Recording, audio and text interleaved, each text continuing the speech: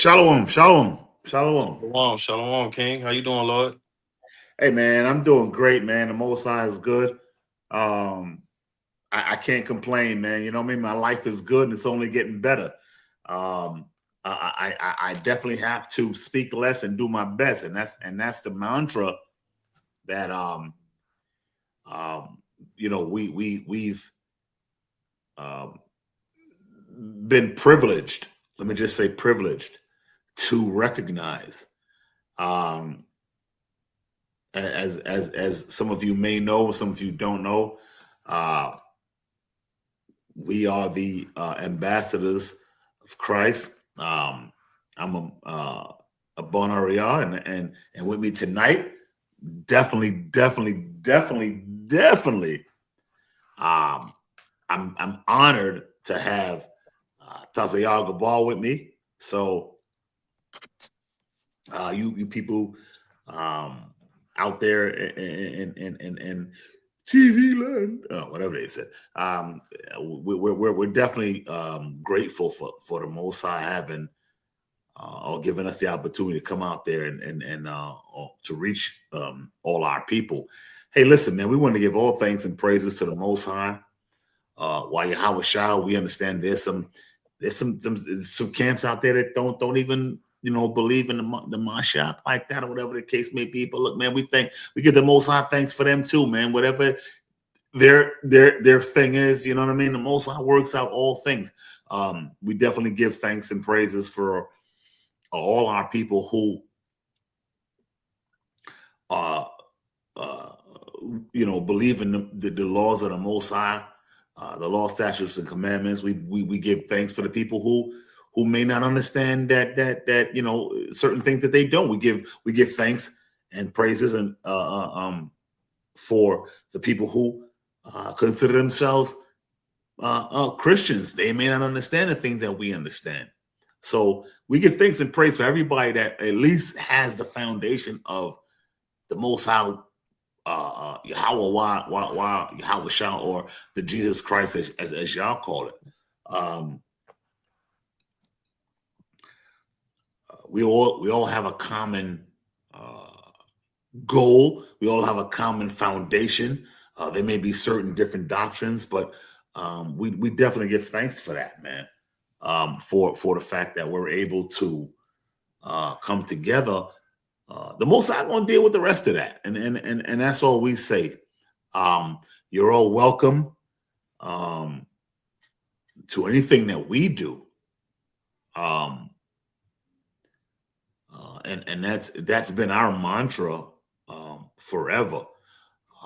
Everyone is welcome, man. It's just there are things that obviously we talk about and we do things a little different or whatever the case may be. But everybody's welcome, man. You know what I mean? We don't go crazy and exclude certain people for certain things. The Most High tells us, we understand. Look, come as you are. Our thing is, obviously you can't stay as you are. You know what I mean? If you want to serve the Most High, while Yahweh Shai. So, hey, we're very very thankful for everybody who's tuning in tonight. And those of you who are listening or watching on YouTube, we're very, very thankful. We give thanks and praises to the Most High, Yahweh Shai, for y'all. Obviously, this is a new way of doing things. We still go out into the highways and the byways. As the Mashiach sent us out in twos, we still do that. We still go out to camp. We still teach the word. And we still take we face the dangers, we face whatever we face because the Mashiach did the same thing. But through the miracle of, the internet and whatever they wanted to use it for, the Most High has allowed us to get our message out over the internet. And our message is simply this: look, be who you are. We're saying we are the true children of Israel. And the things that are not accepted is that we are. It's not accepted by other nations because it was taught for years and years and years that it was somebody else. We know the truth now, and so we try to get that word out there. And so that's um, the pushback that we get is not because, to a great extent, that we say who we are. It's to a great extent that we say the ones who say that they aren't. So that's the real pushback that we get. Organic beet juice. You guys don't know nothing about that, but I'm gonna show you. You know what I mean? Let me help you. Let me help you out. And so that's the thing that we're trying to do. So without further ado, it's been a couple of weeks, and I want to say salak for that. And that's my apologies because we did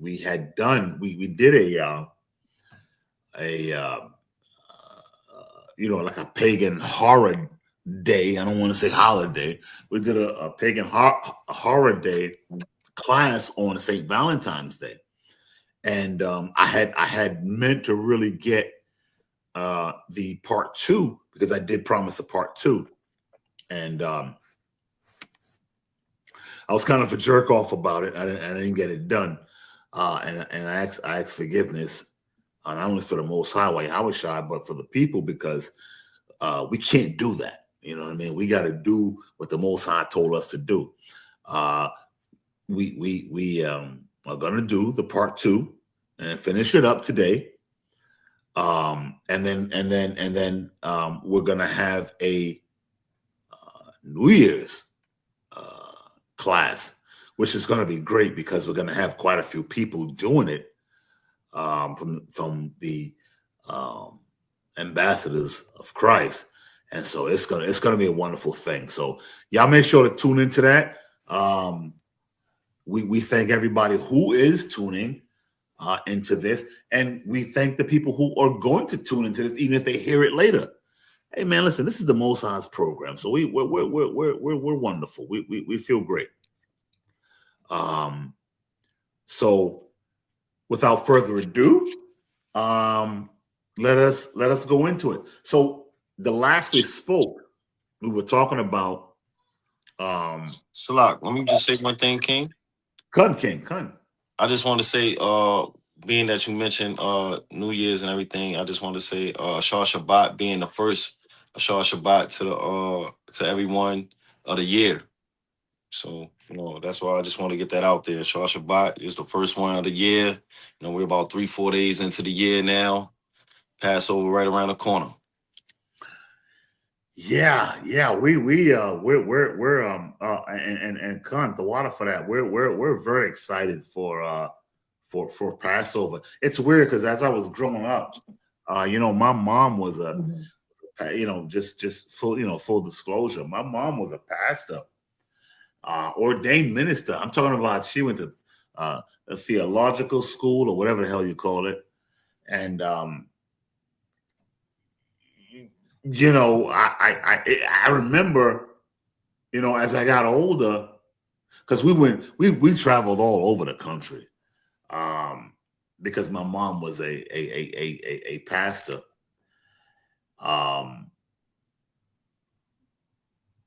which we can stop at the word pastor, which shows it was off from that point. But we didn't know any better. And obviously she didn't know any better. Or maybe she did. I don't know if she was very educated.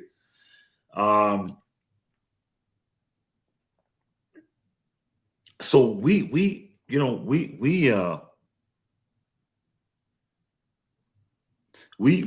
traveled all over and hey, nobody loves the Most High like we do. Let's just start off with that. Nobody loves the Most High like we do. That's not a coincidence with the fact that because of the things that he's gotten us out of. In other words, when we can't pay our rent, when we ain't got no health coverage, we look to the Most High. Now, as wicked as that is, it also shows a spiritual connection. What they don't want us to know is it's not only a spiritual connection, there's a DNA connection, there's a physical connection, there's all these type of connections that we got to the Most High. And as long as they can keep us separated from that, we'll do their bidding. We've seen the scriptures where Most High done certain things and he couldn't do certain things, not because he wasn't the most powerful, but because when we broke certain commandments, we broke certain covenants, we tied his hands. So he couldn't do nothing because we tied his hands. It's almost like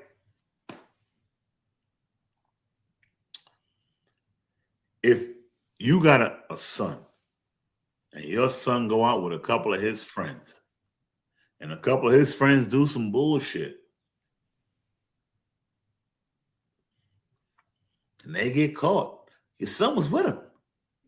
He might not have done the bullshit, but he was with him. So you can't logically or righteously punish them without punishing him. He was with him. Now, the severity of the punishment might be different because of the things that he may not have done while he was there, but you got to punish him. You got to. He was there. He made a conscientious decision because I'm sure they told him what he was going to do, what they were going to do to be there and to do that. So the point is, that's how we are with the Most High. And that's why when you pray for certain things, when you see certain things happening, that's why they don't get better. That's why they don't come to fruition. Because you got to understand your part in that. And you got to do what you need to do in order to reconcile with the Most High in order to see those type of blessings. So in that, there endeth the lesson.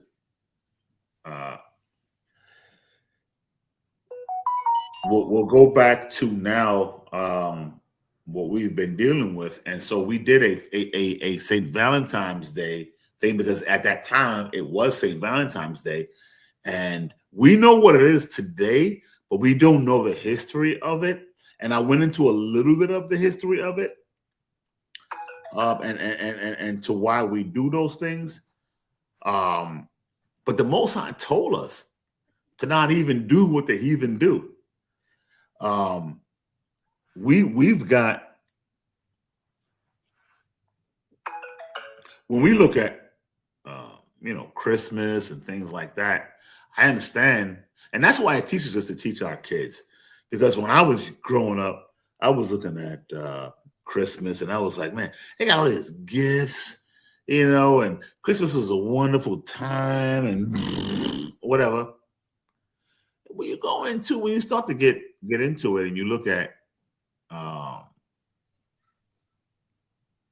Hanukkah, Hanukkah, and you start looking into all these other high holy days that we have. Oh, they more than make up for what we've had in the world.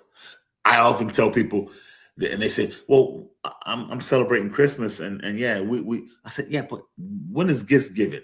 Oh, well, that's on Christmas Day. Man, we got 8 days of that.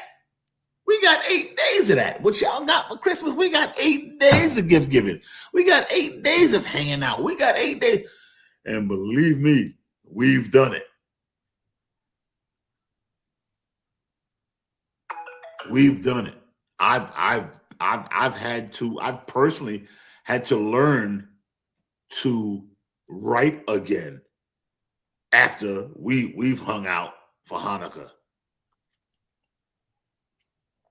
I've had to learn to walk again after we've hung out for Hanukkah. So I love the Most High holy days. I love them. Because not only can we wild out, which we would have wild out in the earth on their days, but it's done in a righteous manner. So this is what we're dealing with as far as um, the pagan holidays that the Most High told us not to deal with, but our people deal with all the time. So this is a part two to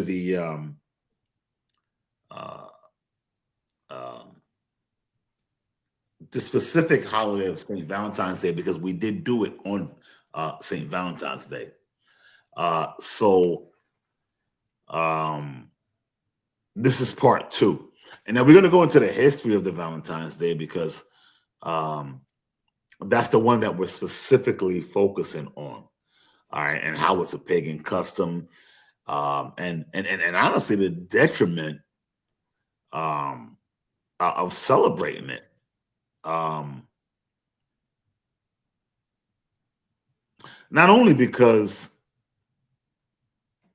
this was a pagan holiday, but it just it's one of those things where even if you don't know what you're doing is you're giving honor um, to uh, these high holy days and the deities that they represent or that was made for them. And we're going to go into we're going to go into the scriptures. We're going to go into the history of Rome because this is where it technically started.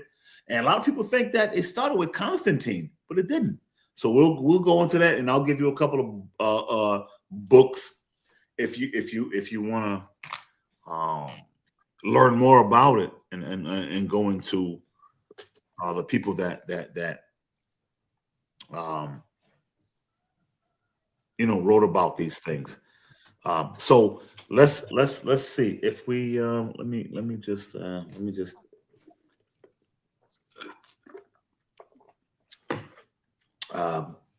organic beet water. You guys don't know nothing about that because And another thing that a lot of people will be able to see as the brother is bringing out these readings that he have and these notes that he have is that these were never high holy days or holidays or things such as that. These were actual cover ups.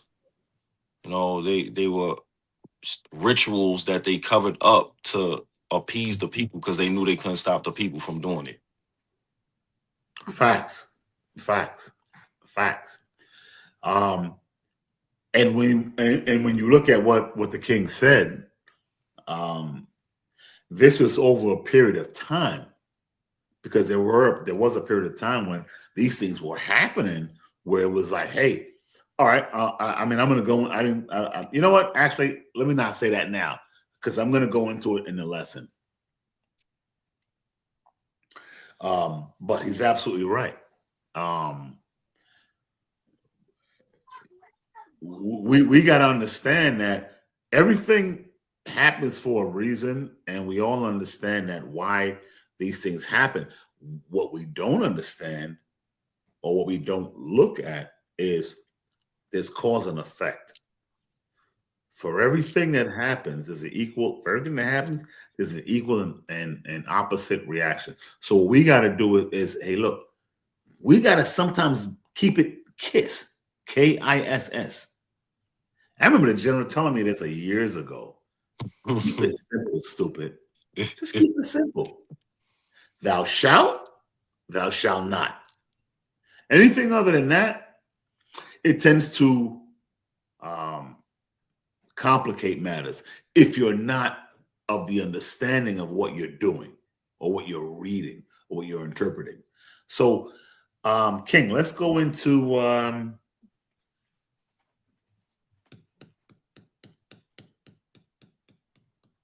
give me Exodus 20 and 3. Because let's go from the beginning when we're talking about and I know we didn't cover this. Well, we covered this in the first um, class about St. Valentine's, but I want to focus on this particular one. There are many others. I mean, I can go into many others, but we were focusing on this in the first class that we had done, and I did promise that I would do a second part to it. So let's go into Exodus 20:3, because what we got to do, we got to start at the beginning. The Most High forbids us to worship any of the gods or any perceived gods, but I'm gonna go into that right now. So read Exodus 20:3, Baba Kushra. You know what? Forget that. Drop that. Drop that. Give me Genesis 1:1. Drop that. Give me Genesis 1:1. Let's start there.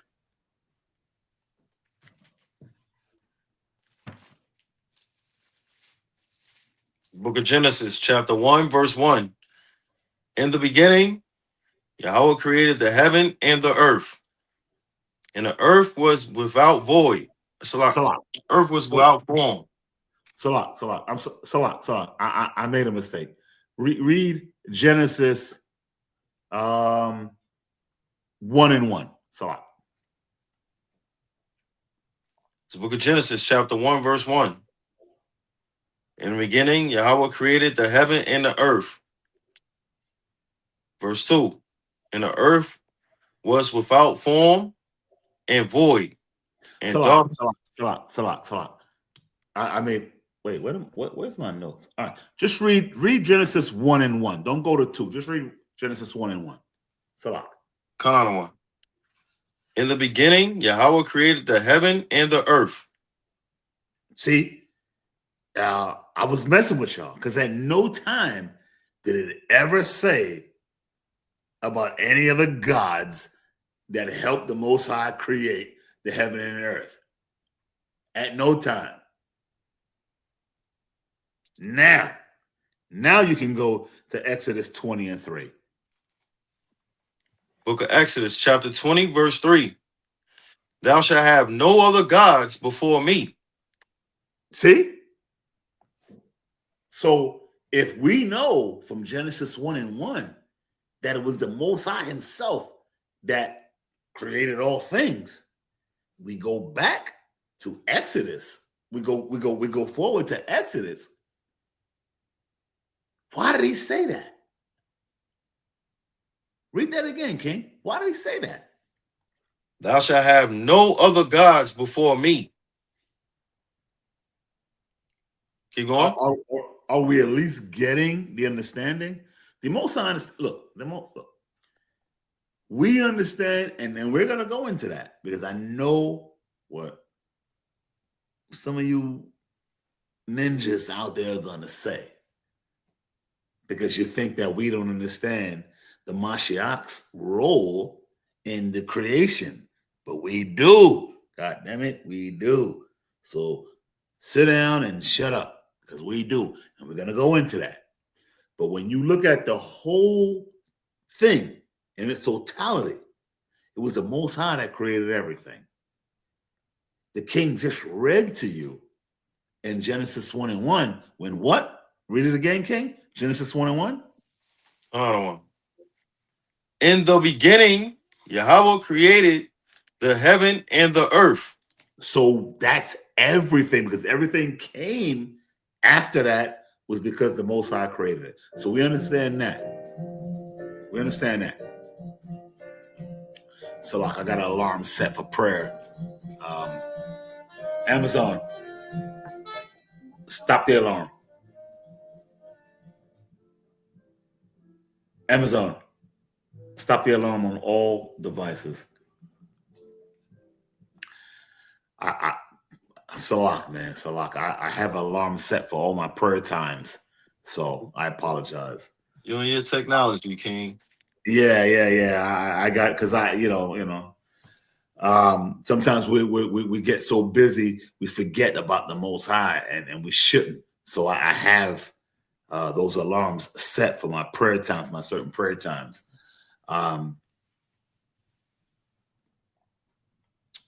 Yeah, so we understand that. We understand where the Most High made everything. And so when you go to Exodus 20:3, read that again. Thou shalt have no other gods before me. So anything other than that is a sin. St. Valentine's Day is a sin. Why? Because it was giving credence to other gods. It was giving credence to other. You can't get around that. Go to give me Isaiah 45 and 5. Oh. And we'll read from 5 to 6. This book of Isaiah, chapter 45, verse 5. I am the Lord, and there is none else. There is no God beside me. You see that? You see that? You don't even got to read no more. Salat, King. You don't got to read no more. Where we got to establish, we got to make an establishment. We got to make a foundation. The foundation is the Most High is our power. Read that again. Read that again. This book of Isaiah, chapter 45, verse 5. I am the Lord, and there is none else. There is no God beside me. I girded thee. You see that? So there is no God or power beside the Most High. Now, we went there because this was all the way in Exodus, and we know what happened in the book of Exodus. But we can go back to the beginning of Genesis where he told you that. Let's go back to the 10 Commandments. So that in itself was like some real wicked stuff. We know the Most High created all. We know the Most High did all these things. But it's not limited to that.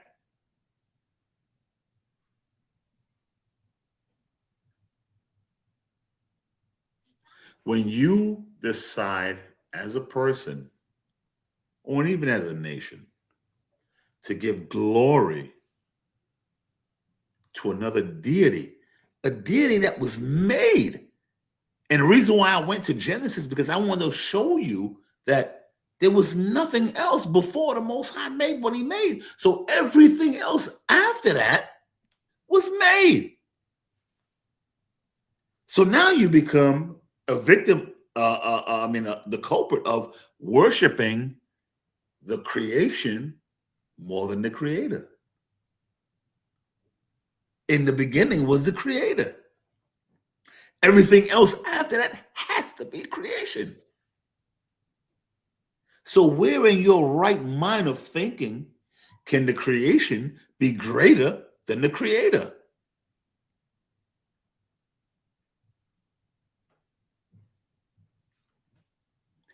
It's wickedness and it's evil.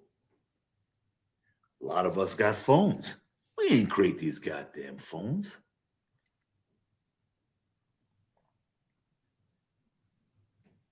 You mean to tell me, oh, you know what? Let's screw the phones. You mean to tell me that you know how to... You know what? Let's just go this way. Explain the sun to me.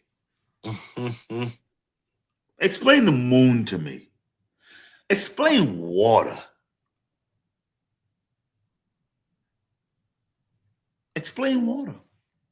I know from the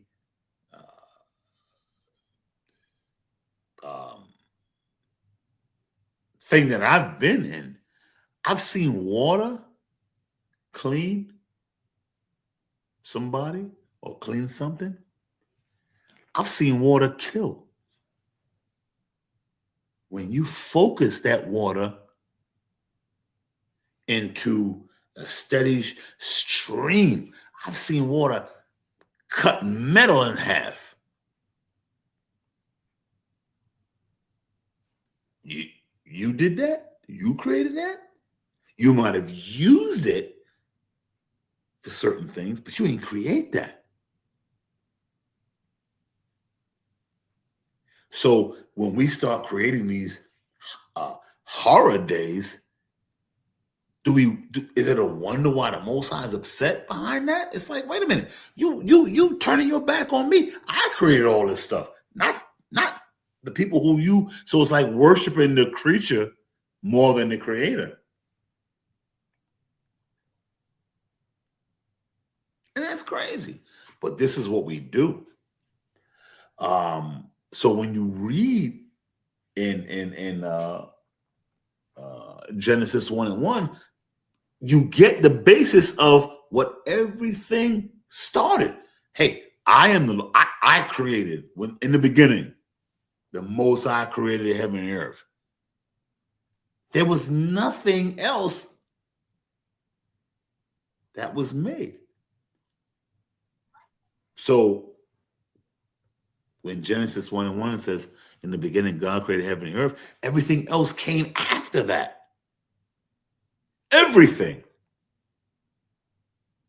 So when you look at all these pagan holidays, or horror days, as I like to call it, that we're giving credence and precedence to certain things, it's like, wait a minute, these things wouldn't even have been there if the Most High hadn't created the heaven and earth.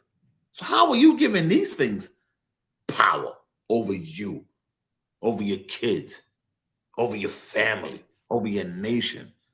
You think the Most High was wrong when he was upset over this stuff? Like, come on. So Genesis 1:1 has taught us that. And in Exodus 20:3. Give me Isaiah, Baba Kushra, give me Isaiah 45 and 5. Let's delve a little bit deeper into it. Isaiah 45:5. I am the Lord. There is none else. There is no God beside me.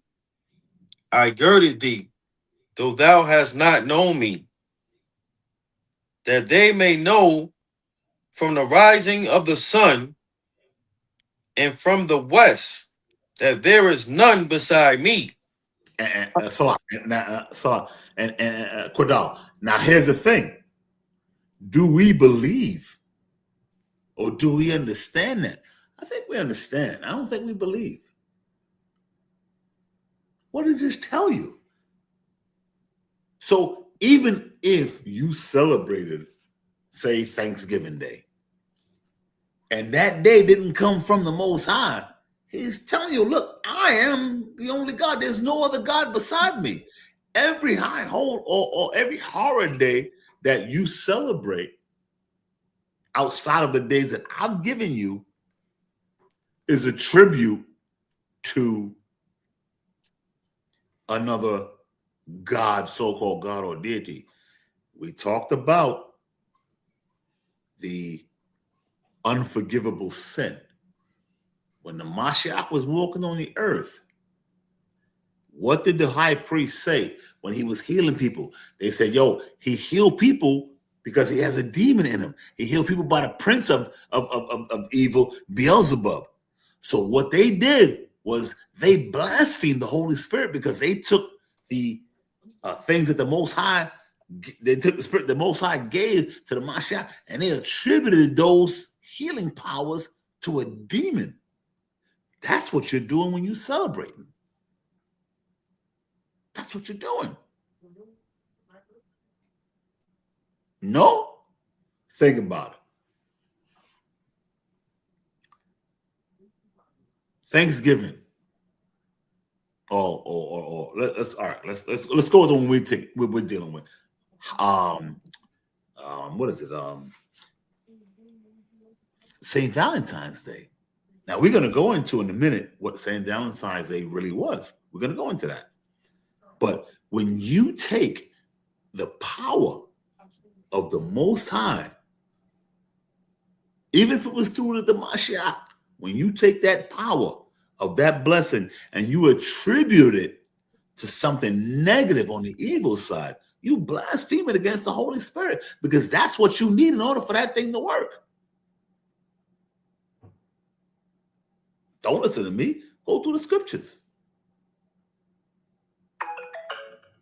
So when you look at a lot of the things that happened that the Mashiach was upset about, a lot of it was that you cannot take something that the Holy Spirit has done and attributed to evil.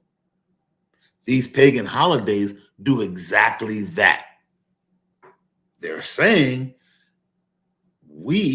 whatever we got, didn't come from our creator, which we showed you in Genesis 1:1. Most High said, look, I created the heaven and earth.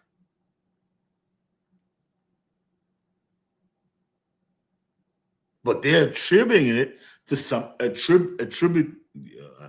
I'm black, so they're attributing it. I sounded real white just then, right? Yeah.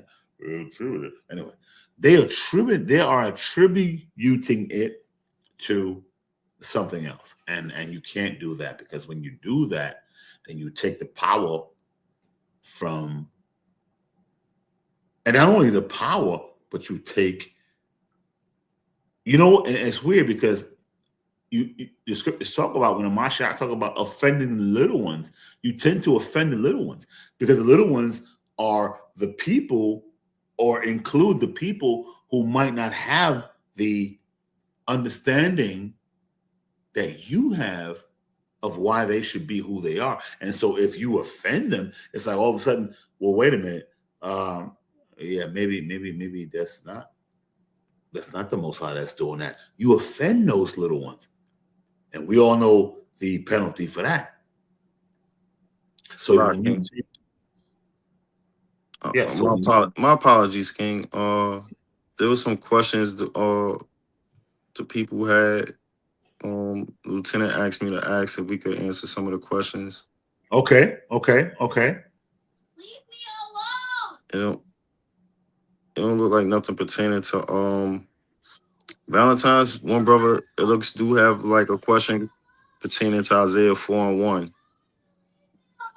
I'm not sure what about it, but I can only imagine. Isaiah 4:1? Okay. Another person asks, is it a sin to drink on the Sabbath? And why am I in the wrong spot? Why am I not seeing these things?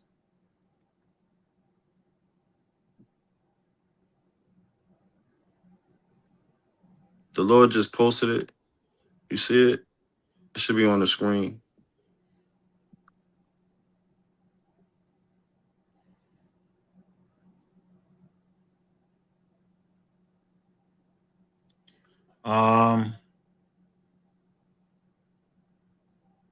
Oh, I think I was in the wrong things. Okay, yeah, I see it now.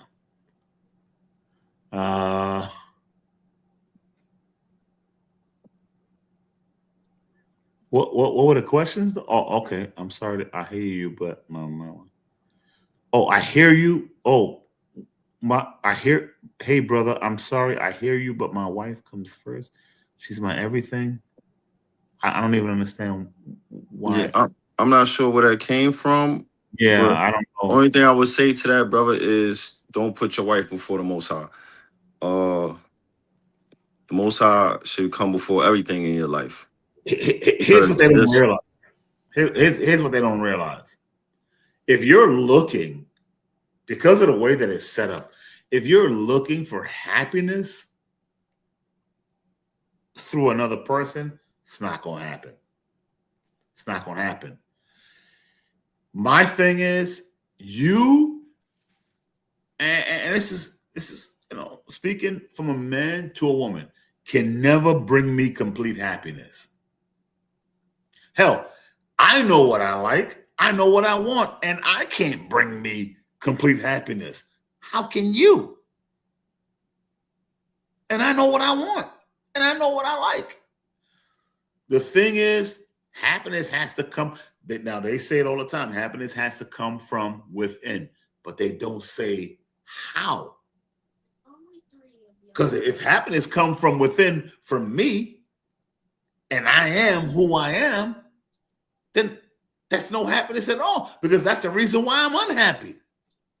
So it has to come from a different place. Happiness has to come from the obedience to the Most High's laws, because he shows us what happiness really is. You can't control nothing, including your death. So your happiness has to come from something that is higher than yourself. And also, yeah,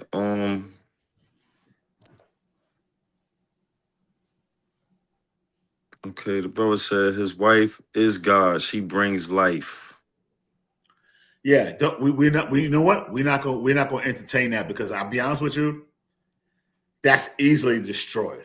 I could destroy it right now. It's easily destroyed, but we're not going to entertain that, because we know there are always going to be scoffers. You know what I mean? This is almost like which came first, the chicken or the egg. You know what I mean? So we're not going to do that. We can go, even if we talk about the woman and the man, we can go all the way back to the beginning. At the beginning, who was first? Adam. So we can destroy that that nonsense. That's a scoffer. So we're not going to deal with scoffers right now. You know what I mean? If they want, we can have a particular class on just scoffers, and they can give us the scriptures, and we can handle those scoffer scriptures. But I know what that is already, so we're not going to deal with that. You know, she give life, she give all that. Yeah. Does she though? Do you give life?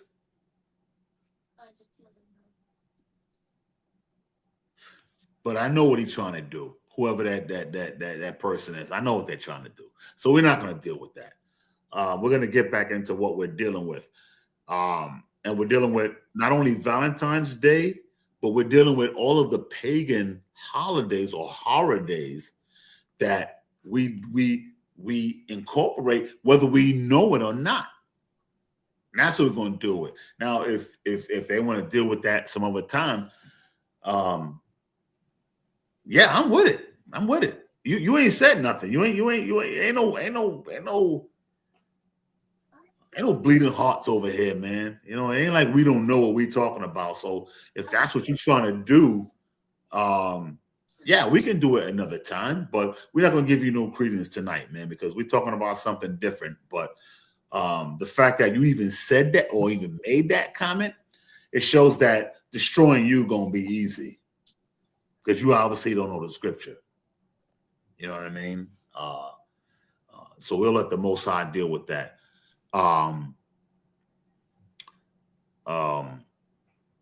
As far as what we're talking about, we the timeline is, look, the Most High in Genesis 1:1 says, hey, look, man, the Most High made the heaven and earth. So we know where it came from. We know where everything after that came from.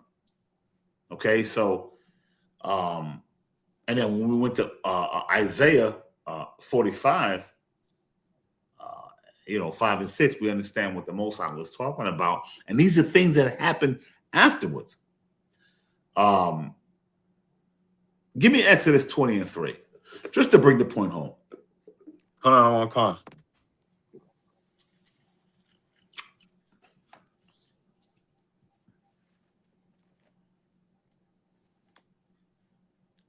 Book of Exodus, chapter 20, verse 3. Thou shalt have no other gods before me. So we see that when we go back to Exodus 1:1, Genesis 1:1, the Most High made heaven and earth, as it said. We go to Exodus 20:3, which is, should have no other gods before me. And then we also went to Isaiah 45 and 5 and 6. So yeah, our people had got into the worship of the idolatry and things of that nature. Now we're talking about a timeline here. Okay, we're not going to go too much into the timeline, but I will touch on it. But we're talking about a timeline here. So if you have any type of understanding, these things didn't happen like last week and the week before. It was definitely a timeline. So the Most High created alone. He created, through the Mashiach, everything that we know, but it wasn't limited to that. So if like, all right, so like any extreme, so any extreme devotion, just so you can understand, any extreme devotion to a person or a thing or an ideology, or even a certain like concept outside of the scriptures, that can definitely be considered idolatry. And we have look, we've got certain people who believe in certain things that we may not believe in, and they believe in the Most High. And shout out to all our brothers and our sisters who might not agree with us on certain things as it pertains to the Most High Yahweh or the Mashiach Yahweh Shai. Shout out to y'all too. The Most High going to straighten all that out. The Mashiach going to straighten all that out. So but that don't mean we hate y'all. We rocks with y'all. Con out of one con. As long as the foundation is the same, the understanding is the same. We rock with y'all. We might be one of the few schools that do. We don't give a damn. AOC is going to always rock out with anybody that reflects the laws, the statutes and commandments, and all that other stuff. Man, we can work out later over a glass of Tito's. If y'all happen to have a glass of Tito's right now, you know what I mean? I don't know. It is what it is. You know what I mean? So that's how we rock out. But in keeping with that, if it's outside of the scriptures, then yeah, now we're starting to get into pagan worship, idolatry, so money, power, even unhealthy desires. Those are examples of let's say misplaced worship. All right. And therefore it's considered idolatry.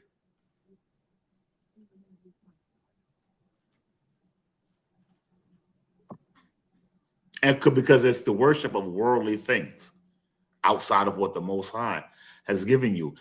And on top of that, he said, hey, man, rock with me and I'll give you the worldly things. So there's even a distinction between getting it from him or getting it on your own. And I think that's where a lot of the sin comes in. You want it on your own, but you're not ready for the consequences. The way the Most High gives it to you, there are no consequences. Because he can't falter. He can't sin. He's not wrong. He's never wrong. So if you get it, if you do what he says and you get it from him, that's almost like all these rappers who sing about death and destruction and prostitution and all these type of things, getting an award, and the first person they want to thank is God. Man, God ain't give you them lyrics. God ain't told you to shoot no goddamn body down. You know what I'm saying? So when you look at and I tie that in because these horror days rather have a lot to do with the reason why we do things and the time and the seasons that we're in and why certain things happen on the left-hand side. And we're going to go into that. So even unhealthy desires can be idolatry, considered idolatry.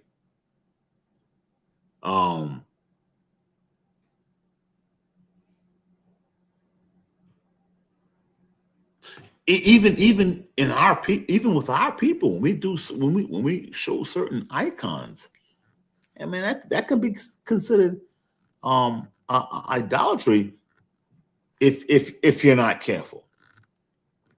All right, if you're not careful. So any type of statues or images or anything of that nature can be considered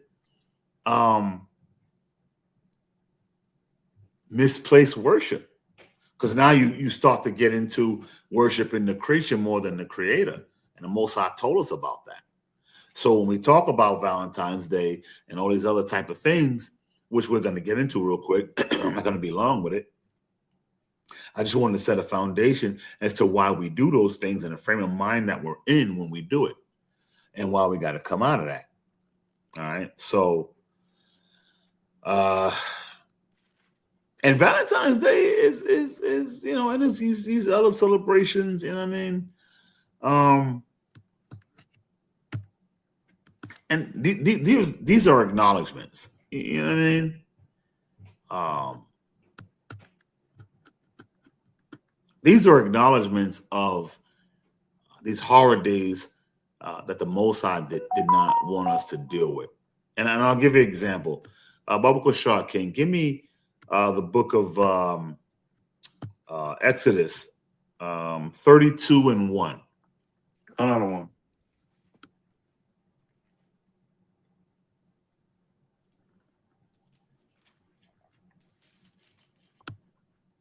It's the book of Exodus, chapter 32, verse 1. And when the people saw that Moses delayed to come down out of the mount, the people gathered themselves together unto Aaron and said unto him, Up, make us gods, which shall go before us. As far as for this Moses, the man that brought us up out of the land of Egypt, we wot not what is become of him. Read on to 6. Read on to 6. Verse 6. And Aaron said unto them, Break off the golden earrings which are in the ears of your wives, of your sons, and of your daughters, and bring them unto me.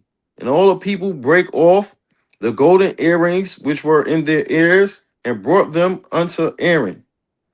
And he received them at their hand, and fashioned it with a graving tool, after he had made it a molten calf.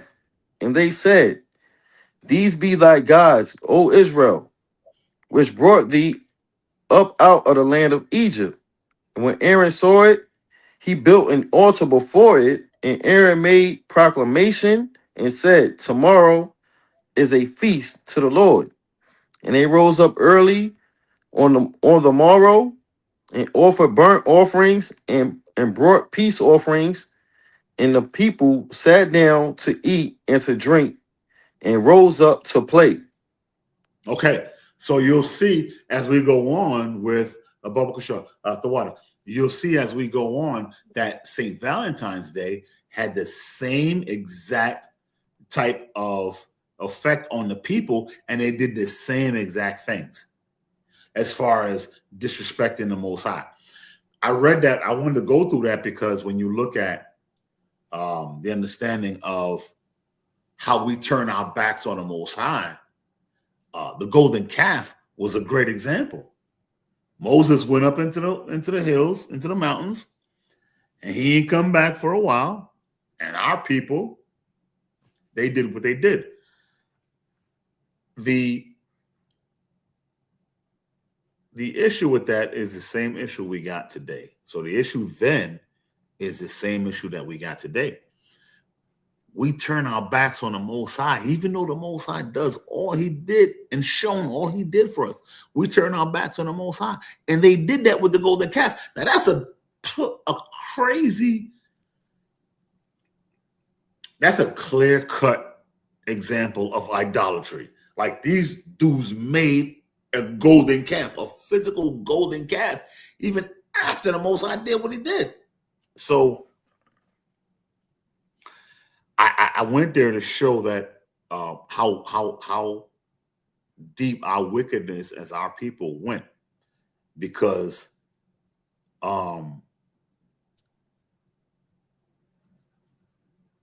first of all, we broke crazy commandments with that. Just doing that alone. And I go there to show that we never gave the Most High his credence for doing the things that he do for us, even right now. These high holy days are not measured or structured in the worship of the Most High. Every high holy, every horror day that is in the nation right now, in this world right now, is designed to take the glory from the Most High. That's every right. single one. Every single one is designed to take the glory from the Most High. And how do we know that? Because the scriptures tell us. Give me all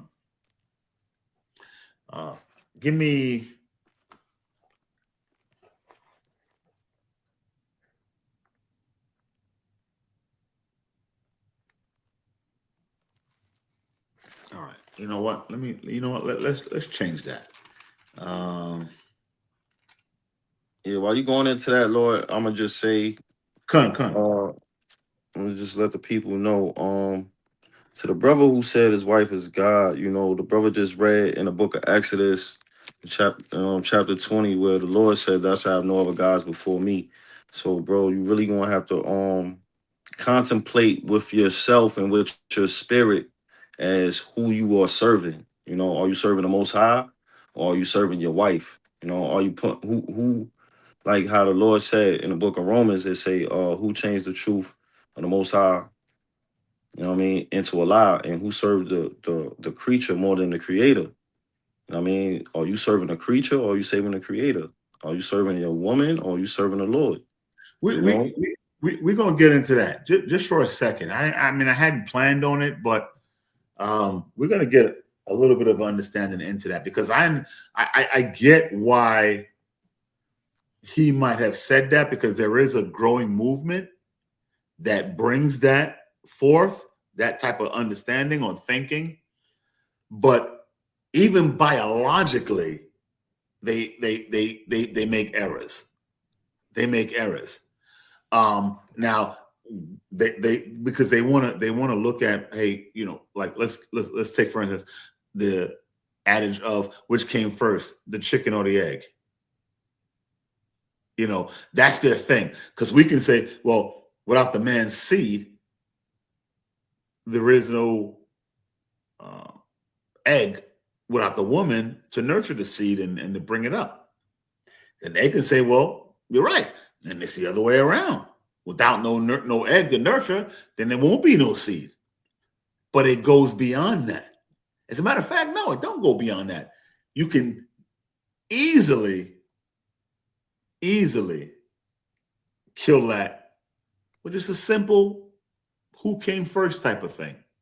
But we're going to go into that. We ain't going to do it right now. But if we got some time when we finish this, matter of fact, let me finish this up early, then we can go into that. Because that's not a real good argument. It really isn't. It really isn't. And it's nothing we haven't heard before. Listen, we in no way diminish the role of a woman, the title of a woman, the need for a woman. Look, we all understand there is no nation without them. Now we know the Most High could have done that. He could have made a nation of men. But he didn't do that. Even when he made Adam, he realized, man, Adam needs a counterpart.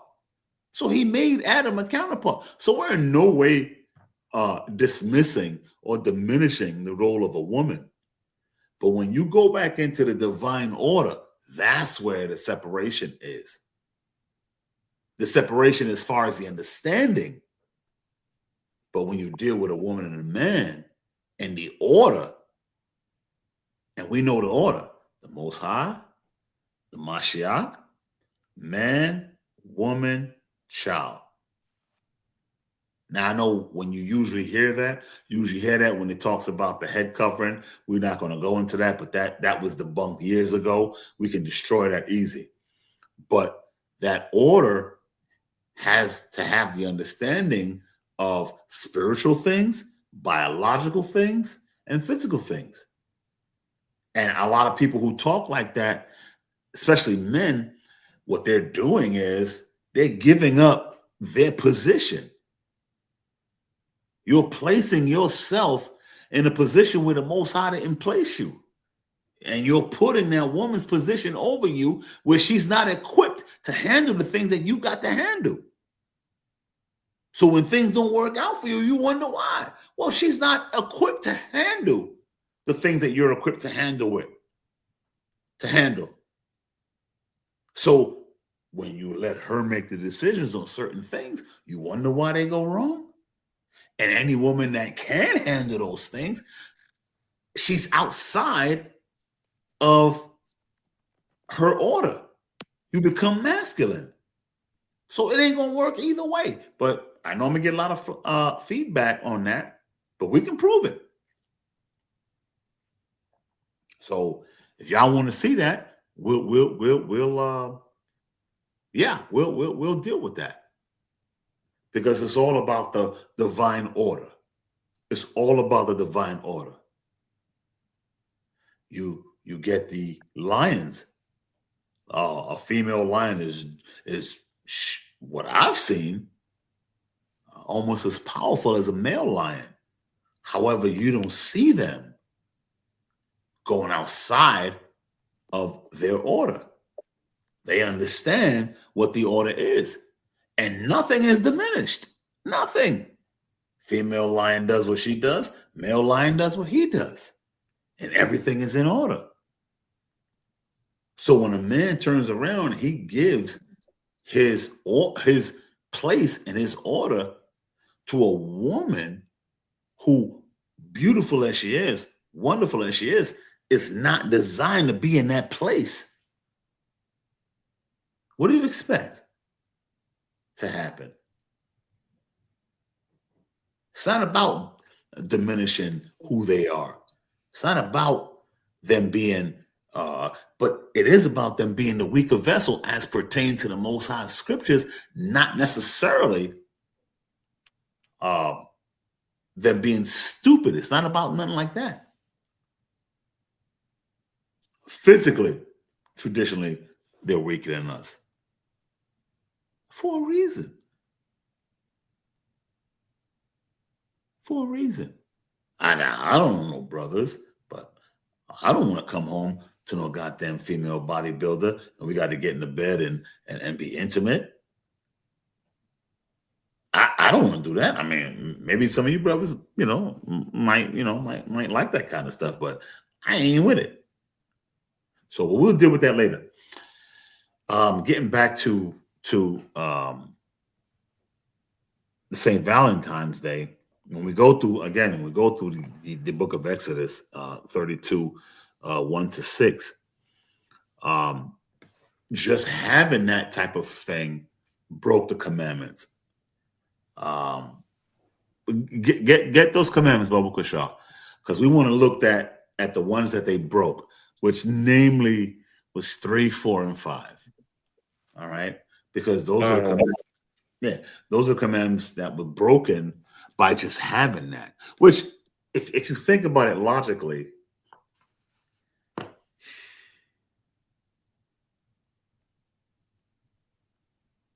you wouldn't expect your kid or your child that you had to solve something that you had going on. In your mind, I'm the parent. I'm the adult. I have all the understanding and the know-how to solve my kid's problem, not my kid solving mine. And so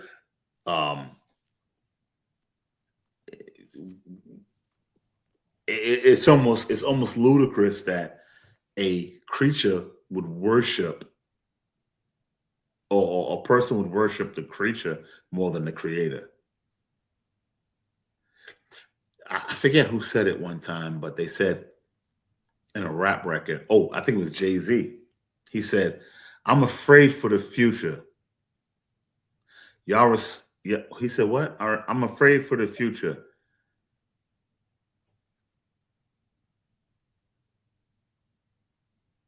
y'all respect the one who got shot. I'm gonna butcher it. I'm gonna butcher it. He says, I'm afraid for the future. Y'all respect the one who got shot. I respect the shooter. That's wonderful. That's wonderful. Because it's not the person that got shot. That's you know what I mean? It's the person who shot the person who got shot. That's the man. And so when we celebrate these days, it's like, wait a minute, you blaspheming against the Holy Spirit because you're giving the honor and the power that the Most High has to do the things that he did to something else other than him. That's idol worship.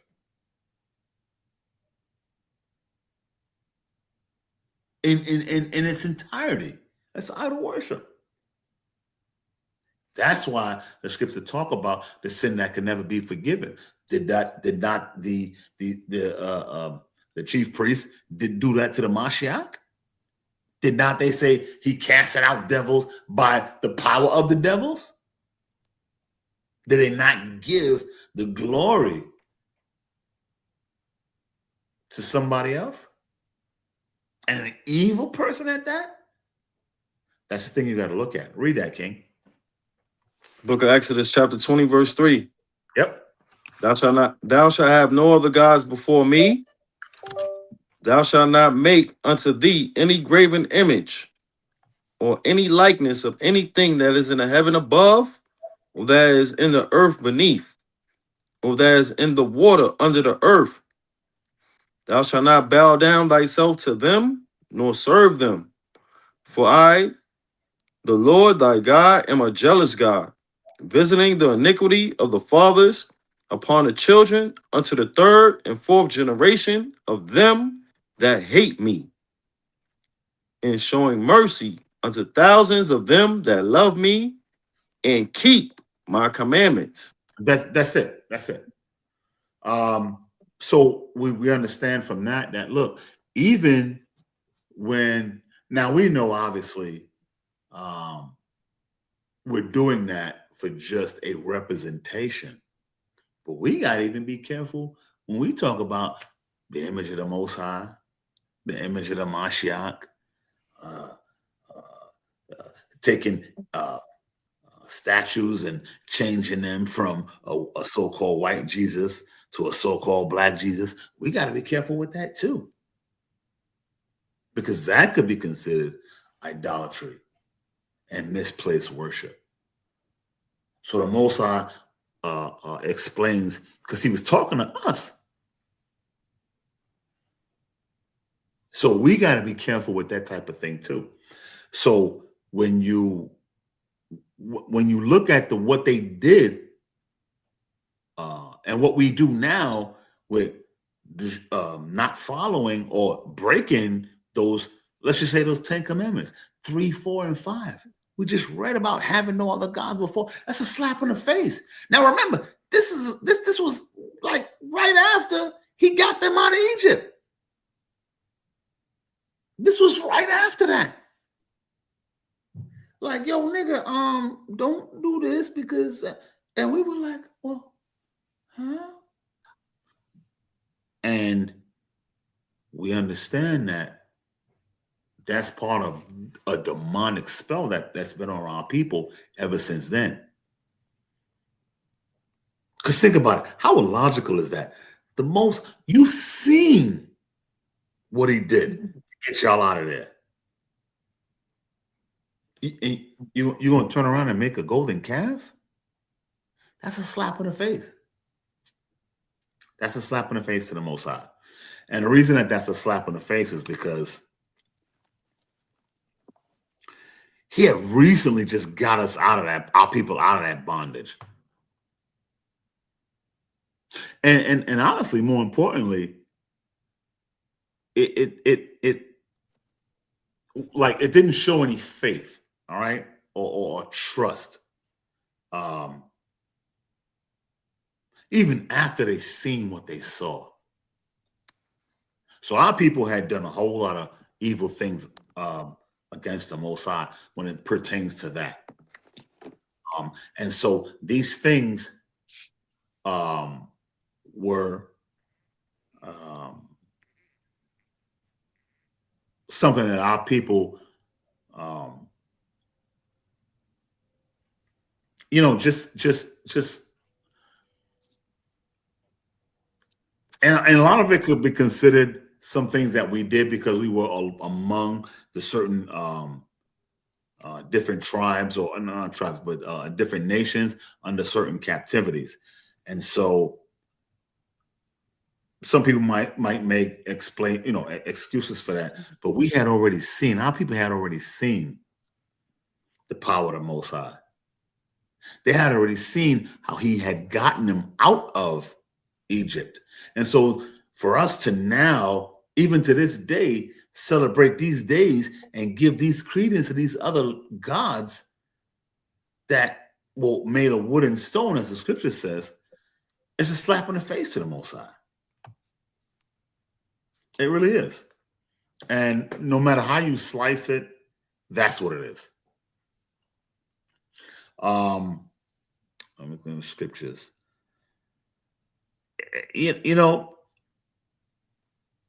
And even after he had already shown us what he did for us, getting us out of these things, we broke the one thing. We broke the covenant. We broke the agreement that we had with the Most High. And the reason why I'm going back here is because this wasn't something, what we do now with this St. Valentine's Day and all this crap, and I'm going to get into that in a minute. This wasn't something that we just started doing. We've been breaking the covenant or the agreement with the Most High for a long time. That golden calf was the biggest example of us breaking the agreement. We talk about, oh, the white man broke. He made 100 treaties with the Indians and he broke every single one. What about the ones we broke with the Most High?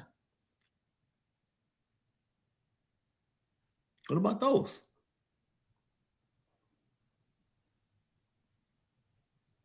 Now, I do understand that there are going to be some that says, well, wait a minute. While we were in Egypt, we learned a lot of those things from our time in captivity. And you're right. And you're right. Because let's face it, Egypt was completely filled with idolatry. We saw that everywhere in that nation. Here's the difference, though. And that goes into why the Most High chose those 10 plagues. Now, we ain't going to go into that, but we do know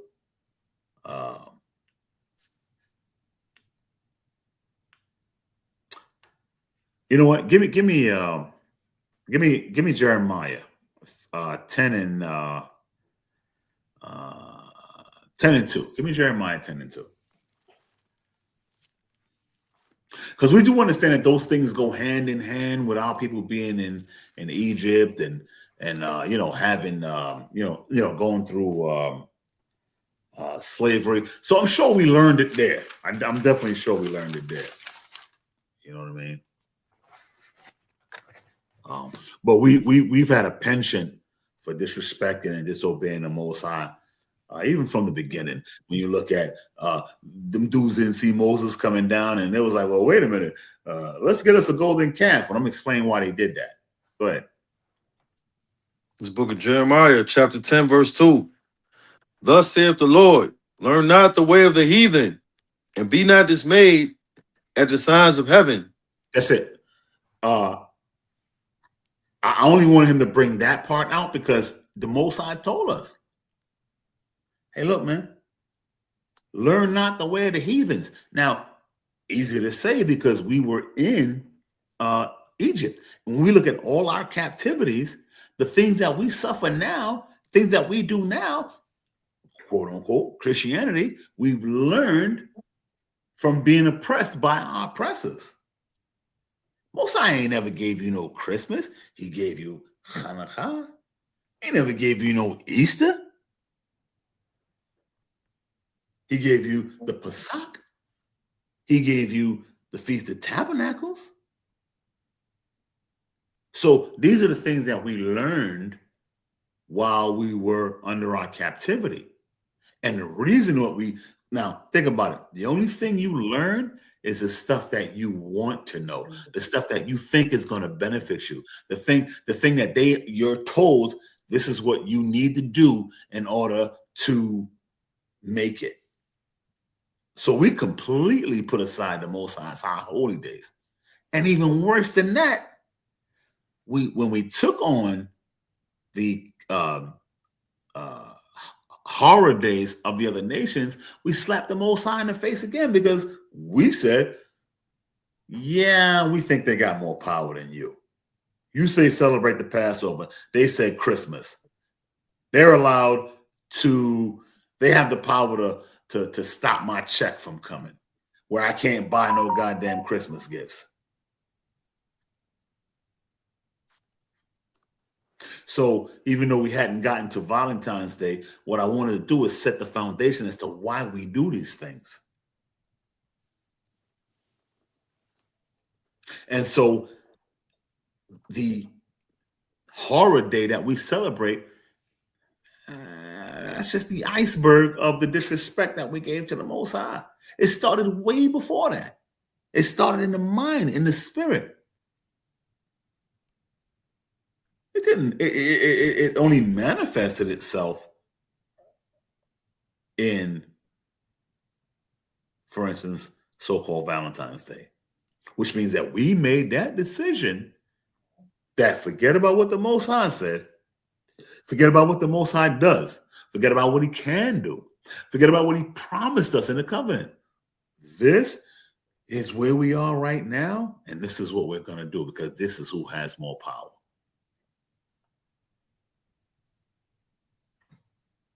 And that's all it is. And so when you read, and as we just did in the scripture, we're not supposed to deal with what they deal with. We're just not. So now, since we've already got the basis, let's get into the class.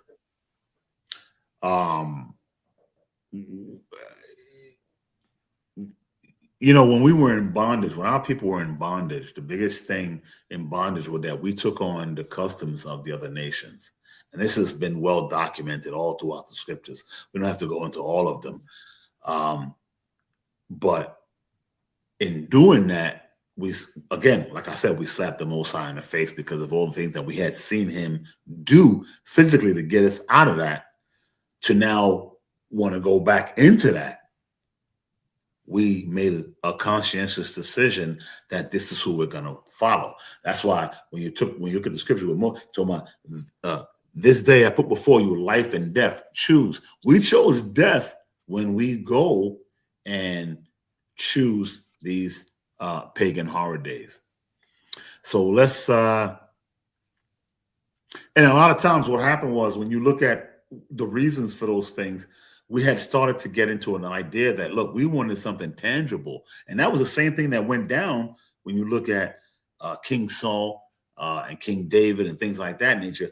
We wanted a tangible, something we could see, something we could feel. We didn't want to be ruled by the Most High, even though he had already shown us the things that he did for us. We wanted something tangible like the other nations did. And I don't blame them, because I could see when they were in Egypt, especially, all the gods, all the statues, and all the prosperity that they had. And so when you look at all the prosperity they had, you say, hey, wait a minute. You mean this God of wood and stone gave them that? Well, I need me one of those. And so that simple thing is what we still do to this day. So that was an extra slap in the face. All right. So, look, it's no great mystery why our people wanted the same things, because we had seen that in the lands of our captivity, even after Egypt. But Egypt was probably the first. And so we had seen that, hey, wait a minute, these people had all these gods, these high holy, these horror days, and the things that they were doing. and benefiting, and all the prayers and festivals that they were giving to their gods got them these things. And so our people wanted the same because they saw, hey, wait a minute. If we bow down to this wood and stone, we can eat like them. We can live like them. And so that's what our people did. And they're still doing it to this day. But we're going to show where that's where it was wrong then and it's wrong now. So let's go to where's my Bible? Let's go to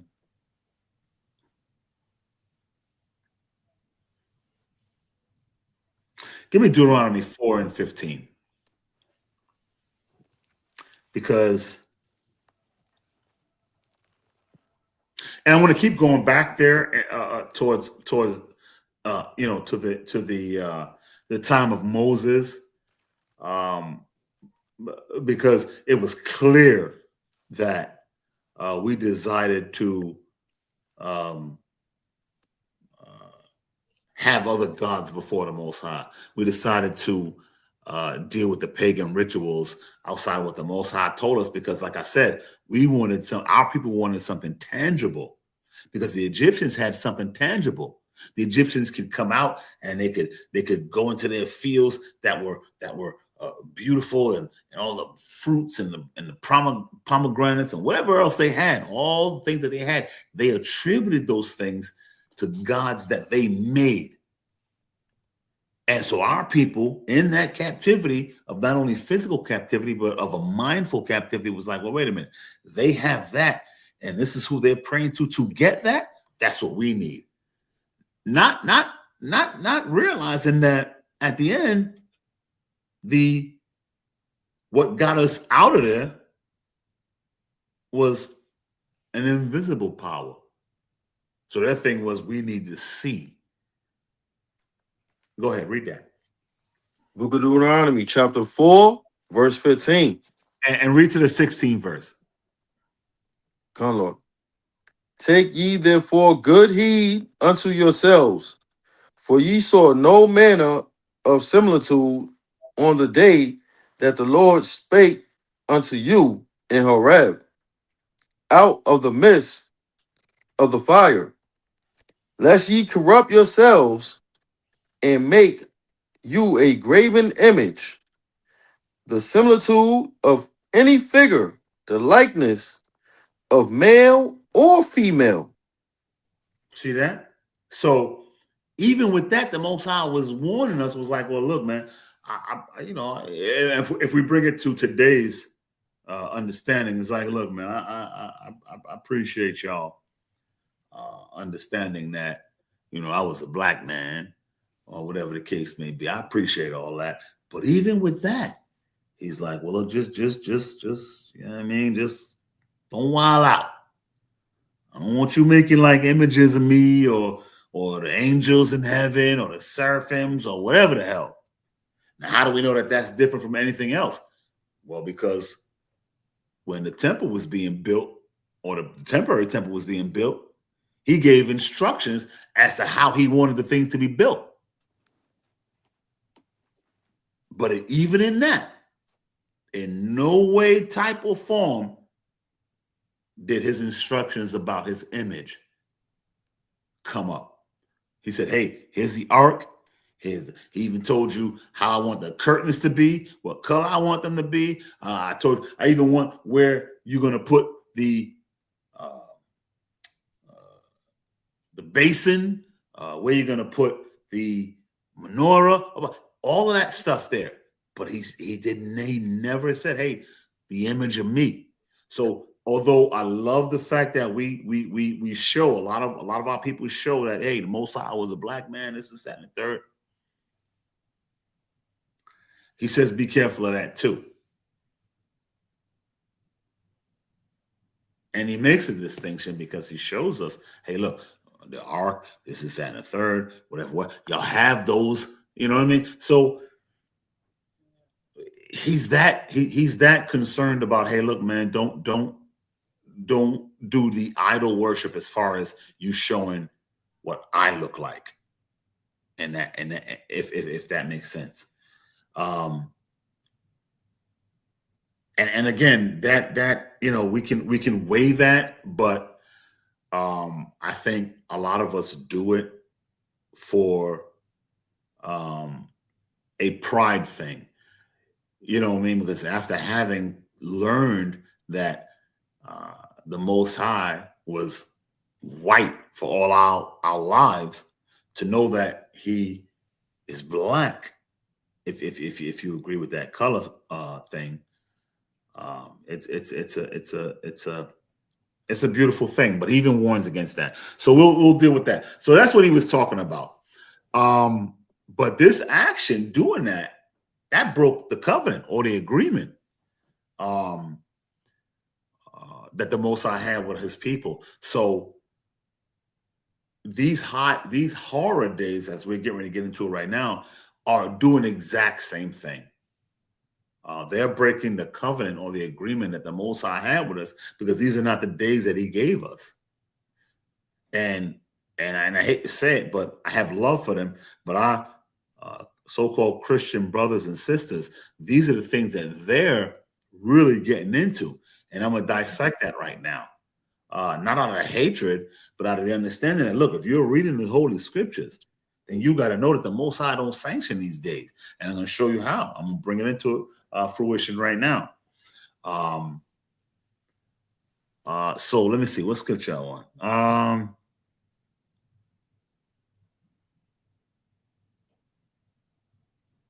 And even doing so, there's a lot of betrayal that went on with us doing that, with our people doing that. First, you broke the covenant. And then the spiritual betrayal of doing that. Because when you look at the, as I mentioned before,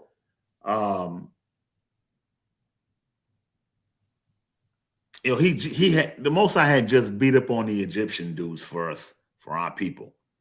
And He had got us out of our people out of there. And it's almost like you turned your backs. We turned our backs on the Most High, after that. So that was a spiritual betrayal. Like, man, I just got y'all out of there, and y'all gonna have other gods and other pagan rituals from the place that y'all was at. Now, I understand that y'all was there for a while, so y'all adopted a lot of their customs. But that's a slap in my face, because I got y'all out of there. Y'all was serving these customs, doing these customs under bondage. They ain't make it no better for y'all. They made y'all say, hey, look, serve this, worship that, and do that. They didn't say, if you do it, we're going to make you cool. We're going to give you less punishment. No. They said, just do it. And they still punished you. Just like America. You think this country don't do that? You don't salute or agree to the flag? But even if you do, you'll salute the flag and their part, and you still got to come home to the projects. It don't make it no better. Don't make your life no better. It's just do what we say do, not what we do. And so our people were doing that. And that was a slap in the face to the Most High. Now, finally, it turns to the moral corruption in celebrating these horror days, especially the one we're talking about tonight, Valentine, because of what Valentine's Day was about. Now, it had gone through a progression, and I'm gonna go through that in a minute. It had gone through a progression from where it started to where it ended up being, even to our day. But when you look at that, especially Valentine's Day, but a lot more, a lot of these days or horror days were marked by some crazy, wild, like, celebrations. And so that morally became an issue for the Most High, because we weren't supposed to be dealing with the nations on that level and going against the Most High. So morally, so there was a spiritual thing, there was a moral thing, and then there was a covenant thing, and all those things was possible when we started breaking the commandments dealing with these high holy day, these holidays. So, and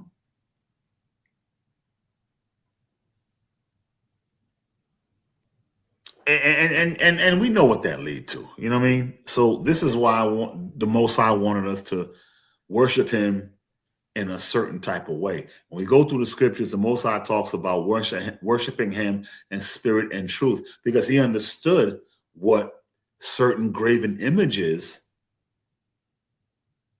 could lead to, the type of worship, even if it was an image of him.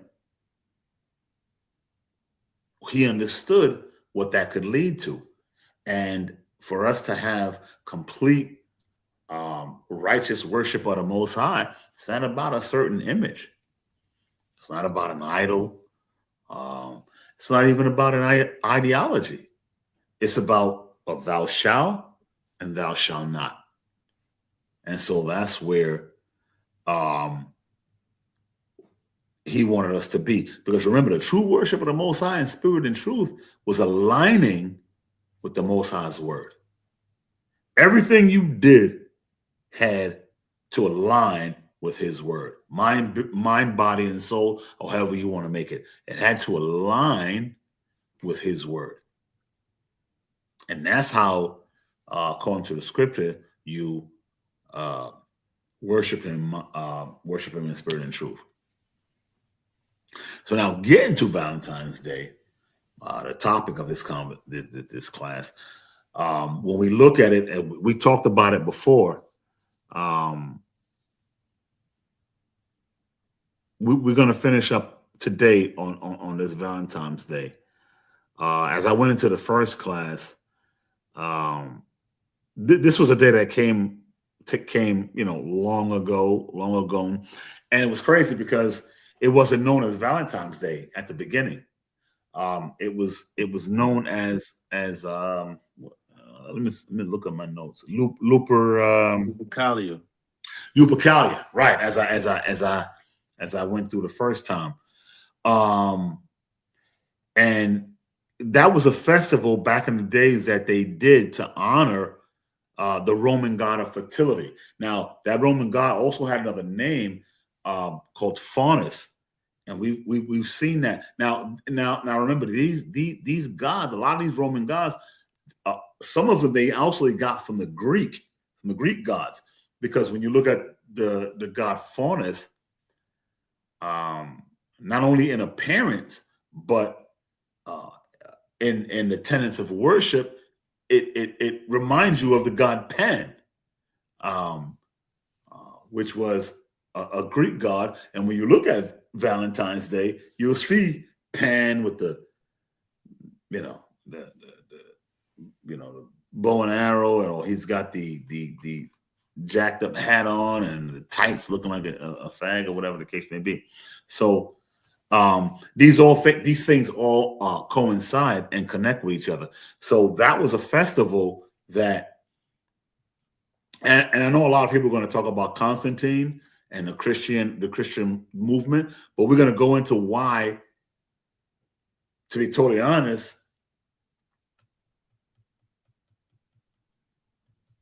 Constantine didn't have too much to do with that. Remember, this was already something that was established before Constantine started to do the Christian thing and merge certain pagan holidays with the Most High's laws. And so we know they had a lot. We know the Romans had a lot of fertility gods. All right, and like I said, some of it they took from the Greeks.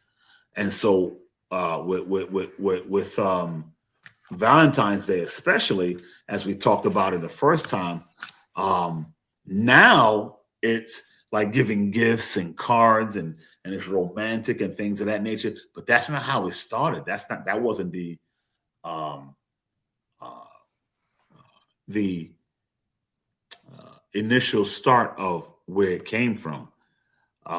It was quite different. As with most horror days outside of what the Most High gave us, it was giving credence and glory and worship to other deities, man-made deities, in the place of the Most High.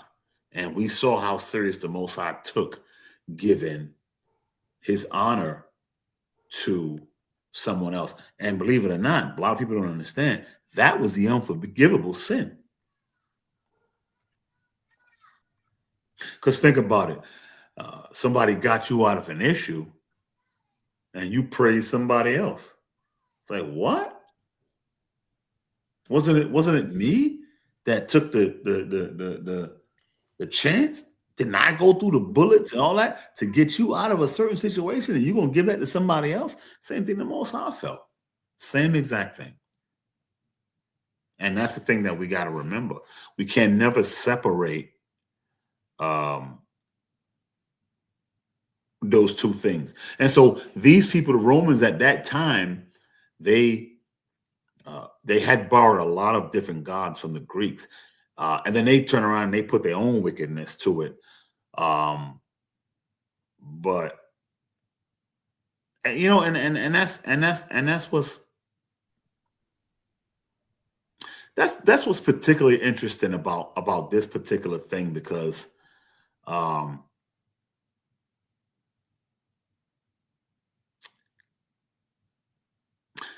it was connected to fertility, but mostly toward women, but also toward animals.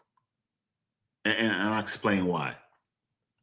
See, if the women were fertile, then the nation grew, as in any nation.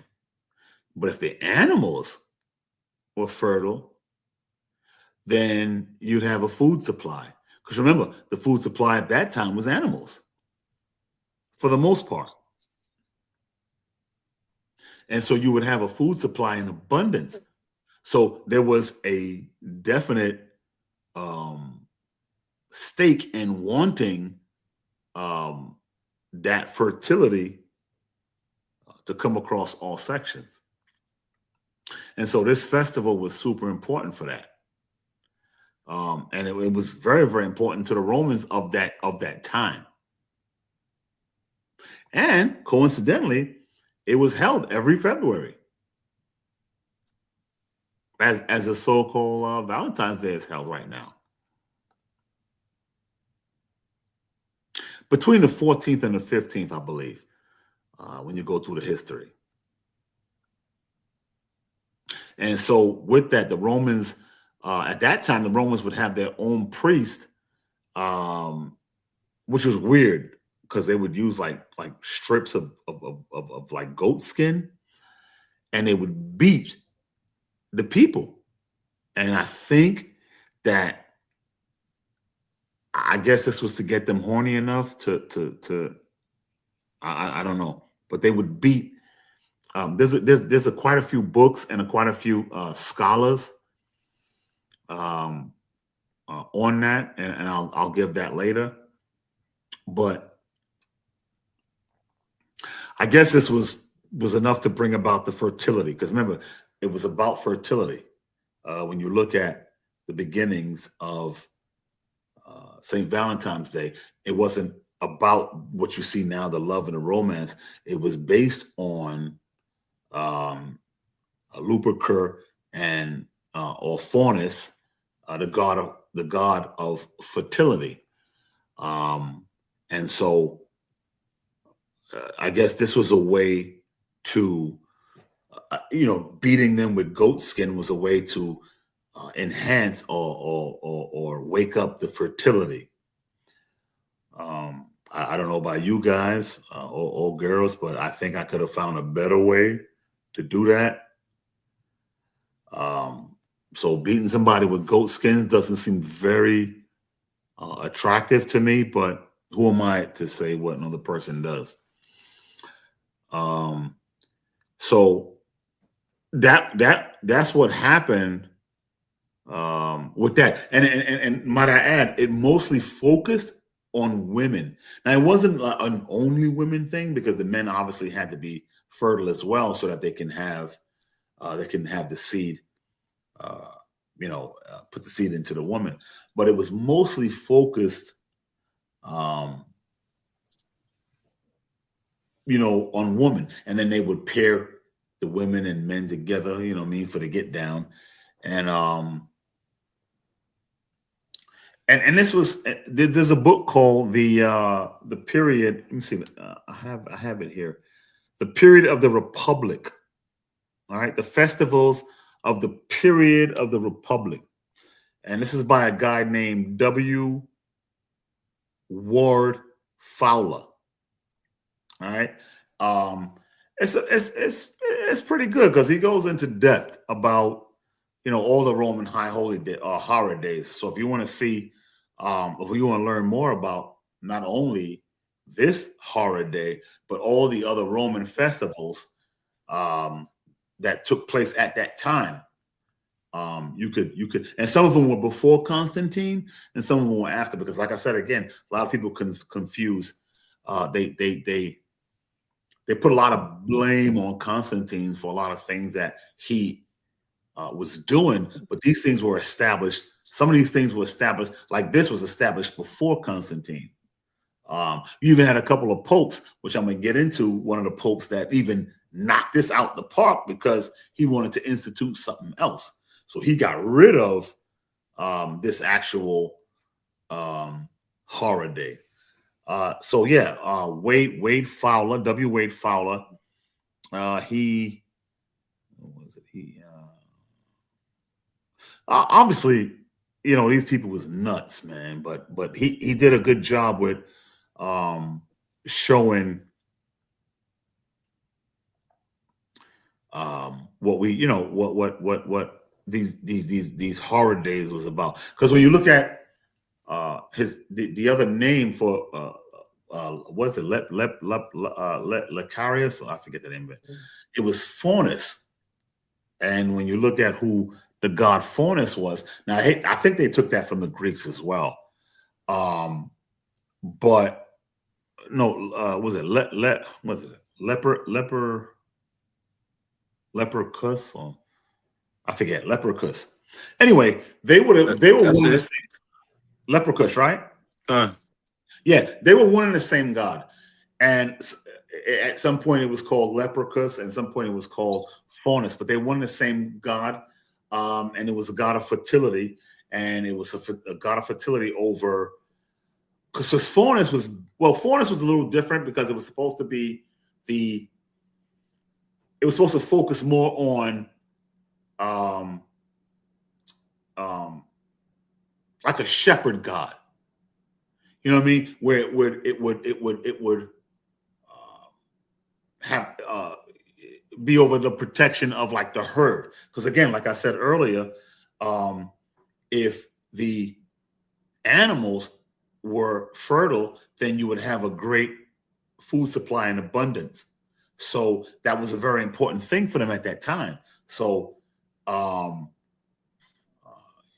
Faunus / Leprechus was had to do a lot with a shepherd god and protecting the shepherd from wolves, which is kind of weird.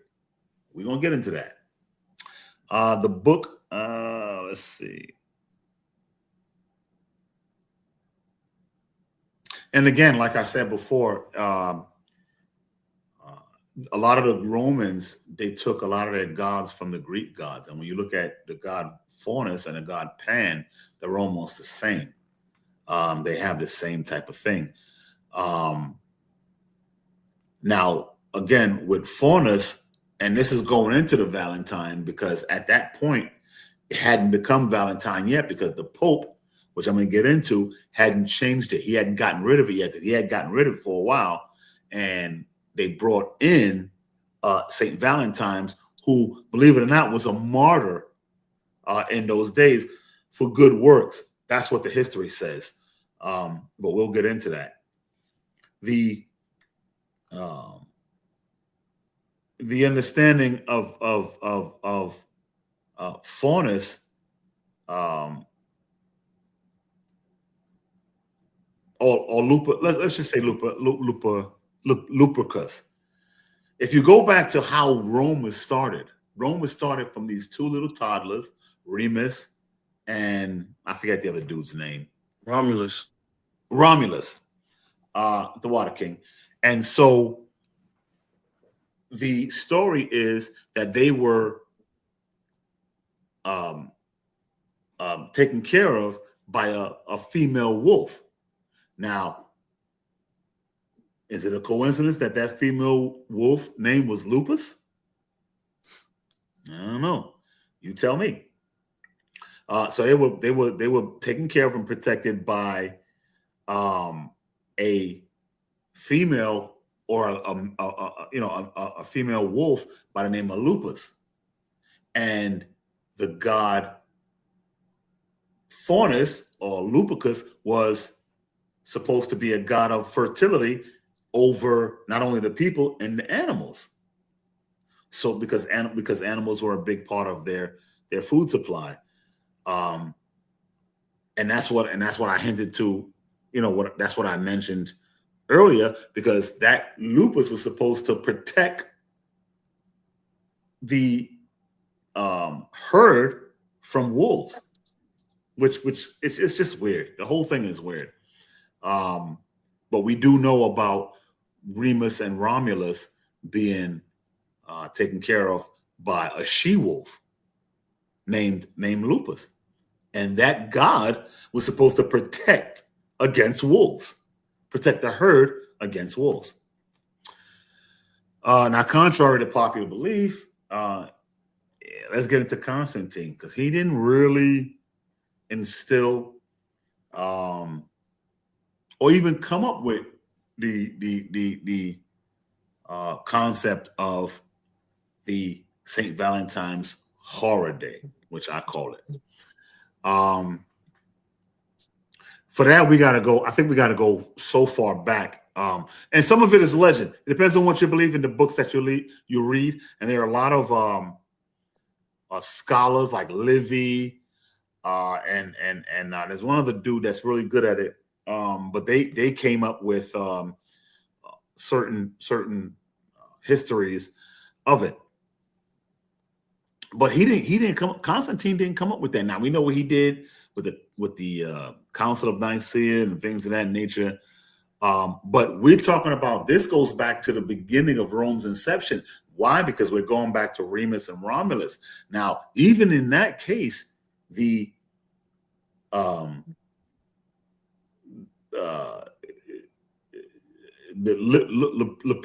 keep forgetting. I keep messing up the goddamn name. Lupercus, let's just say that.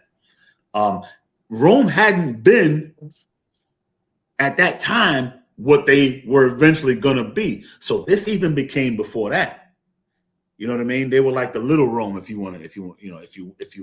They hadn't been the big Rome when we talk about the time of Constantine. And still, that was a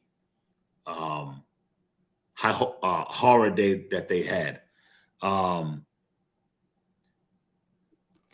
And it's weird too, because the cave, when you look at the story of Remus and Romulus, the cave that they were supposed to be in, that the she-wolf took care of them, was called what? Lupercal. Coincidence? No. You be the judge. But in the time of Constantine, going forward, let's go into the let me see. Let's go into the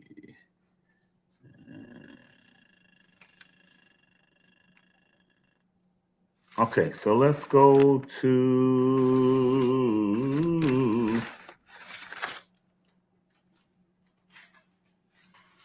all right, you know what? Let me hold on to that for a second.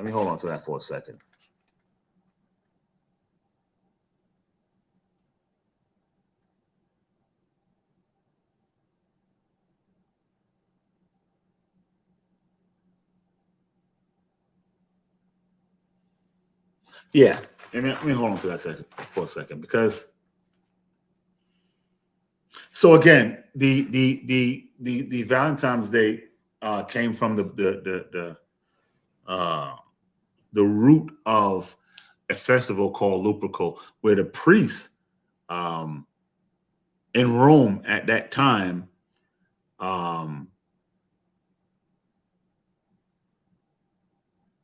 and they were called Lupercal. They were the ones that were performing these type of things, and it always started in the month of February, and it was supposed to protect against the wolves, messing with the food supply, which were the goats and things of that nature, and it was also bless the women and men to be fertile so that the nation could grow.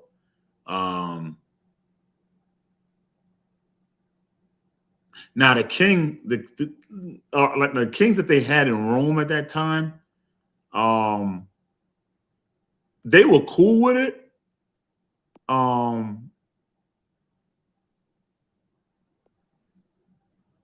But subsequently, the priests that were in Rome at the time, they kept it going. All right. So before we even get to Constantine, this was something that was going on way before him. The king started it, with the certain legends about Romulus and Remus, I believe their names are. And they kept it going. And when you read the writings of there's a dude called what's the name, Plucard, and Livi. When you read their writings, they pretty much express where it all started. So we know it didn't start with Constantine, because I know a lot of Constantine gets blamed for a lot of things that started before him. I'm not saying he didn't have a hand in it when it was his time to rule, especially with the bringing in that Christian stuff, but it didn't start with him.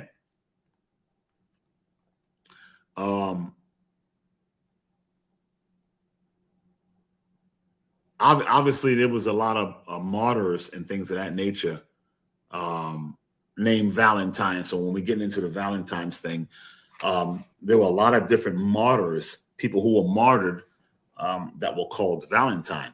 And so we're going to focus on a specific one, so that you can keep it, at least manageable. Let's get the scripture.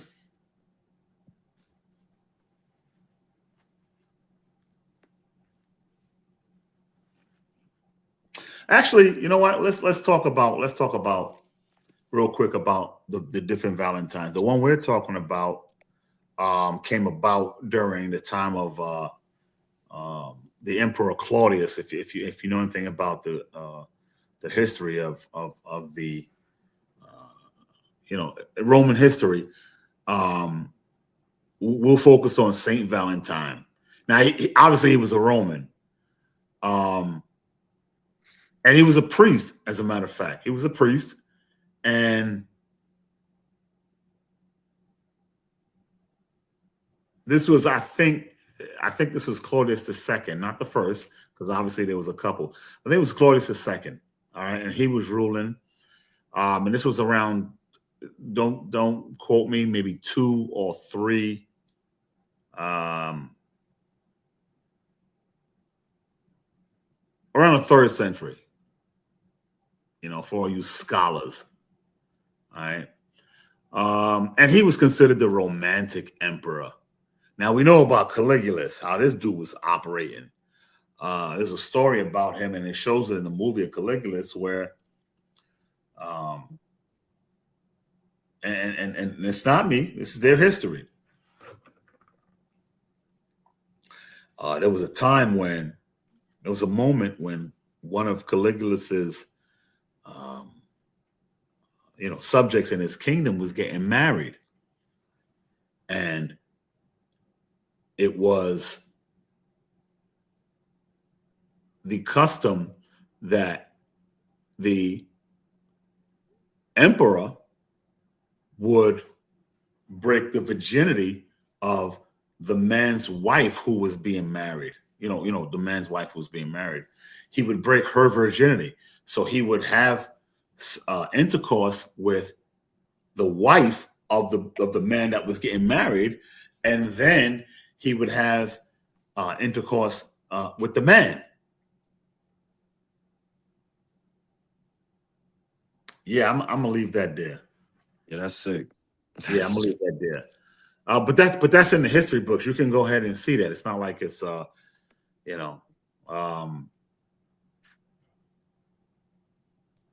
but this guy here, Claudius, was supposed to be the romantic emperor, because a lot of things that he had already done. But this Valentine, he lived in Rome when the Christians, like they weren't free to practice so-called Christianity. We know what Constantine did. We know how it got like intertwined in the Most High's laws. Up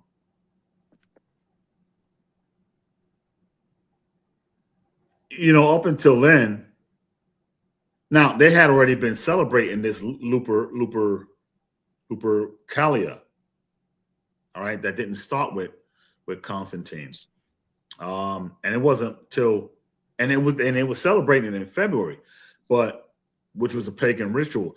But it wasn't until hundreds of years later when Constantine was on the scene.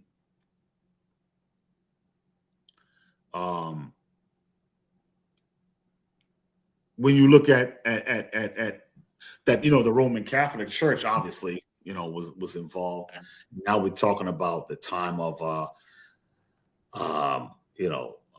like, I forget his name, Pope Gallius or whatever the hell his name is, Galatius or whatever his name is. Yes, King. Galatius or Gallius. I know it's over GEL, something like that. Right, the first. And he was like, I think from like, I know it was in the 490s, the AD. I know it was in the 490s. I don't exactly know.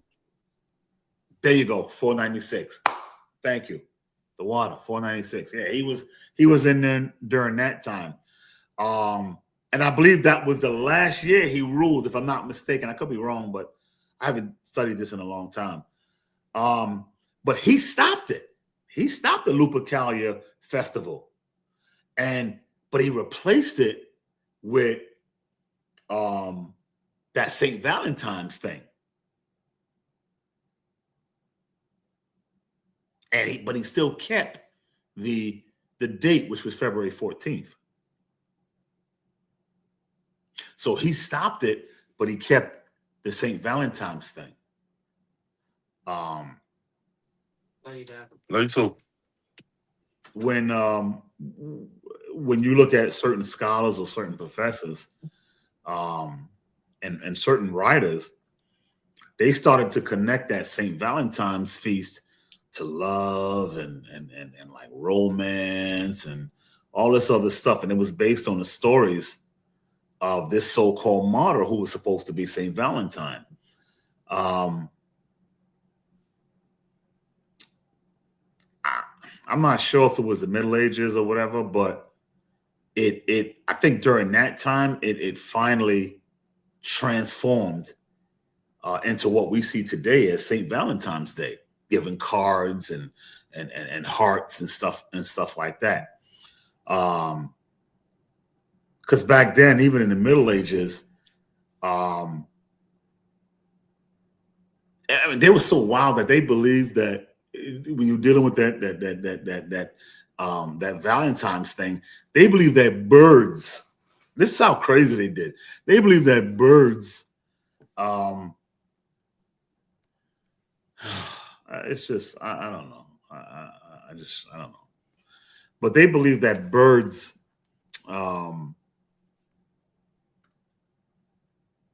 began mating in February.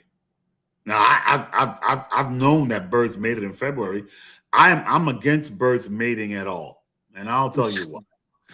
And I'll tell you why. Because birds mating means there's bird shit on my car, and I've always had an issue with that. But what I haven't had is the bird shotgun to handle that, and I know the Most High is going to get me for that. But you you crap on my car, it's a problem. But anyway, this is to show you how we got so far away from the tenets of the Most High's laws. Okay, because we weren't supposed. That's why the Most High tell us not to do. Let's get that. Let's get that. It's my scripture. Because he told us not to deal with what the heathens deal with.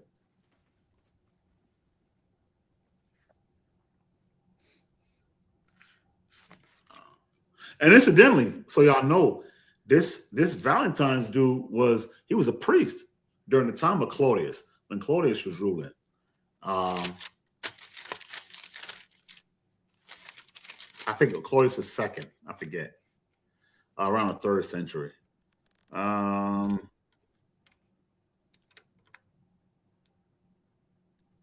he was supposed to be such a benevolent person that he was supposed to help Christians who were being persecuted at that time.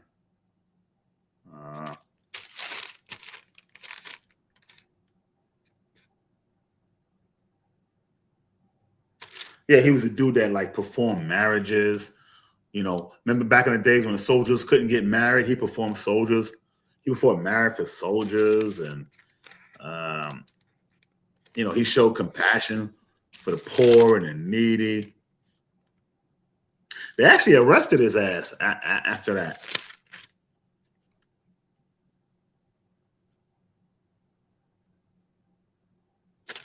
And they executed him. And here's the crazy part. If you look into the history, they executed him on February 14th. And sometime in AD, sometime in the 200s. I don't remember when. And so, what 270? Okay, 270. And so they honored him with this date. That's how it got to St. Valentine's Day. That's why you see all the love and the romance and giving chocolates and all this kind of stuff. Because of him. And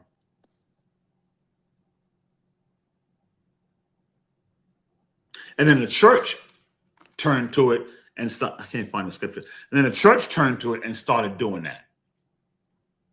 All right. So, but when we come up to it, the Most High told us not to do what the heathens do. And so when you look at these days like St. Valentine's and all this other kind of crap, it's not about, I mean, it's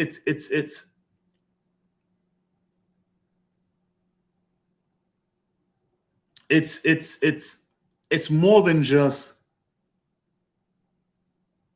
adhering to a horror day that the Most High says we shouldn't celebrate. It's kind of like a slap in the face to the things that we already know and who our God is and who our power is and why we're supposed to do the things that we're supposed to do according to his will, not according to the world's will, because it wasn't the world that saved us. It's not the world that is going to save us. And so it's almost like, your kid not doing what you told him to do and going and giving some glory to somebody else. Yeah. Celebrating Valentine's Day, knowing that it's a day that someone, well, in a way, you know what I mean, it's a day that someone was murdered and they just decided to give him praise for that. That's like JFK getting slaughtered, getting shot, and then they say, "Oh, we're gonna have JFK Day," and then everybody, they don't want to say, "Oh no, it's a day of love." We celebrate JFK. It's our love day. Right. Absolutely. And so when you look at St. Valentine's Day, and the reason for it, and the reason why it is the way it is now, it's all based on going back to Rome. and the inception of Rome, if you believe the story about those two little toddlers who was raised by that she-wolf, who, by the way, was lupus. And so you see um, the progression of the word of where it started in pagan worship, and then it comes down to Saint Valentine's, where you see the guy with the pan, where they took from the Greek, and you see the guy with the, I forget his name, whatever he is, with the little baby with the Arrows. the arrows and stuff. You're giving the honor and the glory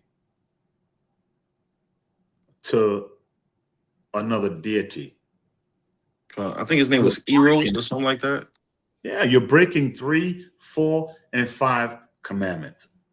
You're breaking those commandments.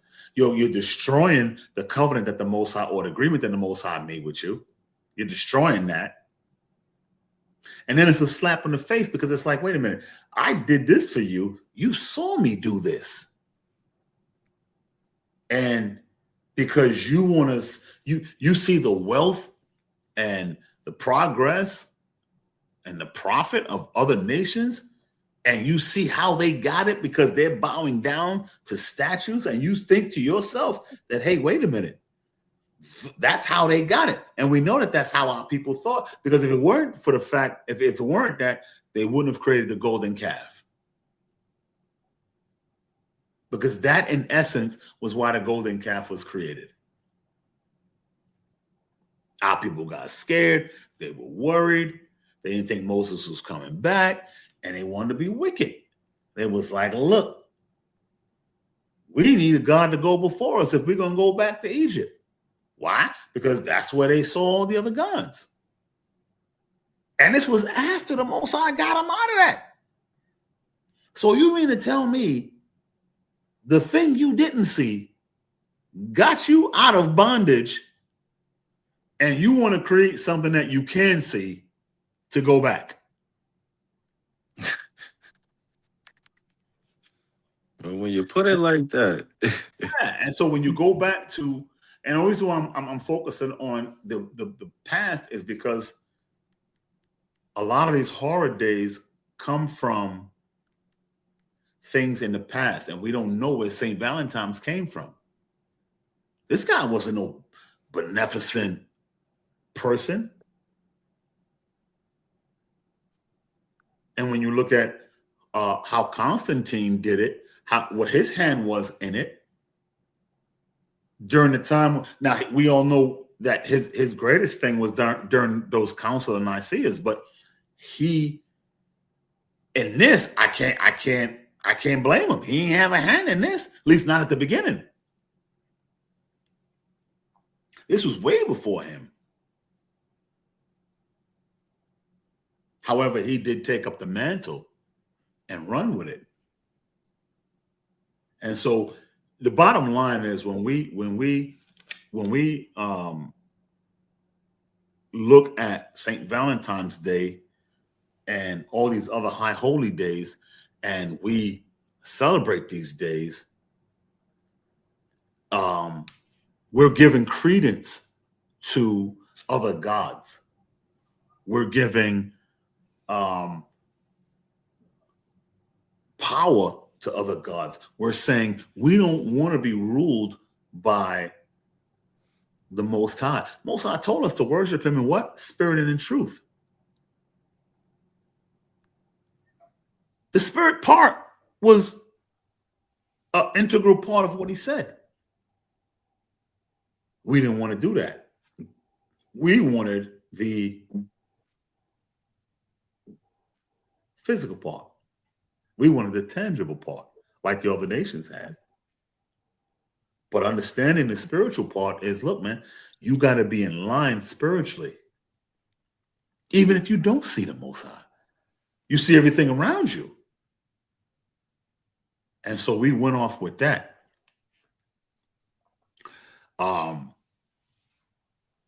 So when you look at St. Valentine's Day and the people think about, oh man, and you get some Christians today that might be a little bit knowledgeable, and they're like, hey, look, man, we ain't really with all that. But for the most part, they've been hoodwinked. They've been bamboozled into thinking that we should be celebrating those things. Give me Exodus 20, chapter 20, verse 3 and 5, 3 to 5. Give me that. Come on. So we can, because we got to go back to the beginning. This book of Exodus, chapter 20, verse 3. Thou shalt have no other gods before me. Thou shalt not make unto thee any graven image or any likeness of anything that is in the heaven above, or that is in the earth beneath, or that is in the water under the earth. Thou shalt not bow down thyself to them, nor serve them. For I, the Lord thy God, am a jealous God, visiting the iniquity of the fathers upon the children, unto the third and fourth generation of them that hate me. Now, see, we went through that in the beginning to show, and that's why I wanted to come back to it, because at the end of the day, that's what it's about. When you do these horror days, you take the glory from the Most High and you give it to another power, and not even a superior power.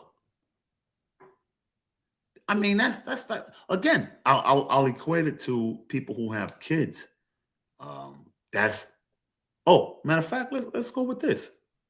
That's you working all year round, busting your butt. And now we don't celebrate this, but some of us did, like I did back in the days when I was a kid. But that's you busting your butt all year round, and just to get your kids what they want on Christmas, and then you turn around.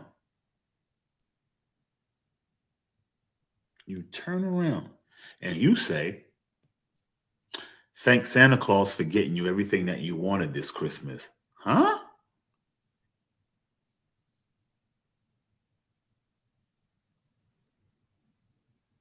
Huh? That's actually what it equates to. It equates to you doing all of the hard work, you doing all the legwork, you doing all of the functions, and then somebody who you did it for turns around and give that glory to somebody else. It's no different. Valentine's Day is no different. You just don't know because our people have gotten Christified. And so they don't know the origins of where that horror day comes from. So now every time you say it, you acknowledge not only that horror day, but those who are involved with it. You're giving that credence to another power. You're saying, I acknowledge what happened then. And what the scriptures clearly tell us, thou shalt have no other gods before me. Now, remember what I said earlier. It doesn't only have to be a physical thing. It can be an ideology. It can be an image. It can be an icon. It can be an idea. You only love your woman that much on St. Valentine's Day? And you don't even know who he is or where it came from? So these are the things that we got to look at, man.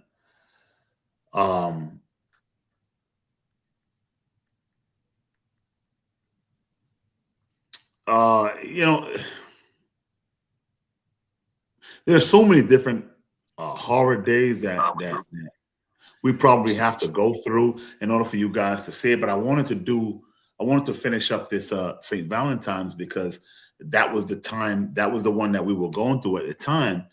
And so many of our people went out there and bought chocolates and all these things. And they don't even know where that stuff came from. They don't even know where all that stuff came from.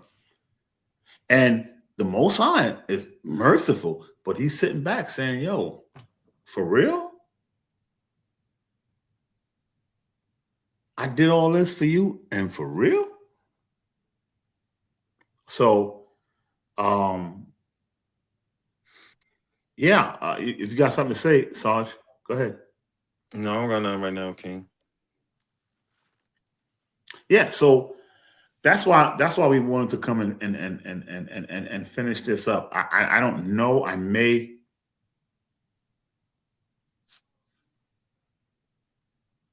There may be a part 3 to this, because I kind of do want to get into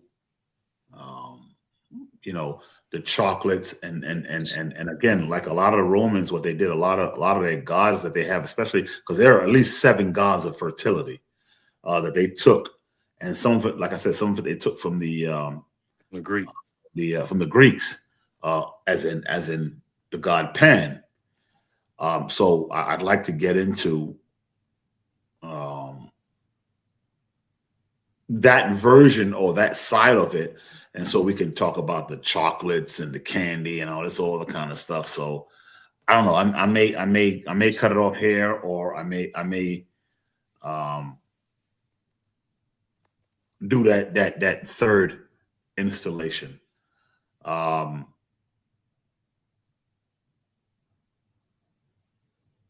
Yeah, I'll probably do that third one, because it is important that we understand that. Look, man, the basis of this thing was to go into St. Valentine's Day, because that was the time that we were in and who he really was.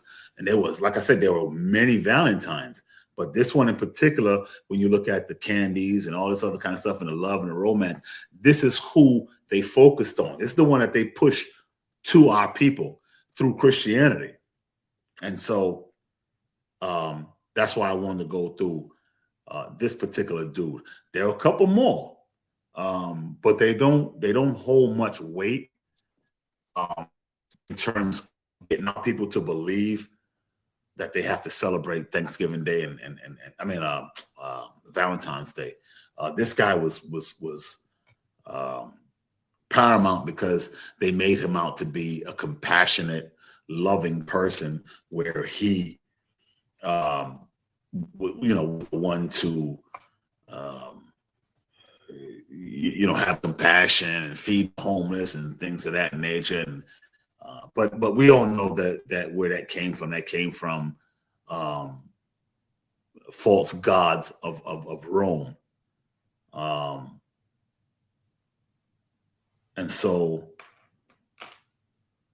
I'll probably get into a third part of it. We'll see how that goes. Yeah, I mean, I got, it's kind of late, man. I got a lot more, but I don't know if I want to go into it tonight. If anybody got any questions about what we went over, I'll definitely try to answer them, and Sergeant and myself will try to answer them if we can. So I'll open it up.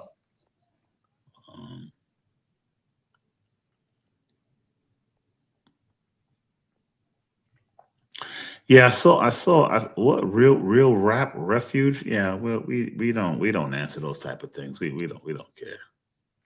Yeah, we don't care.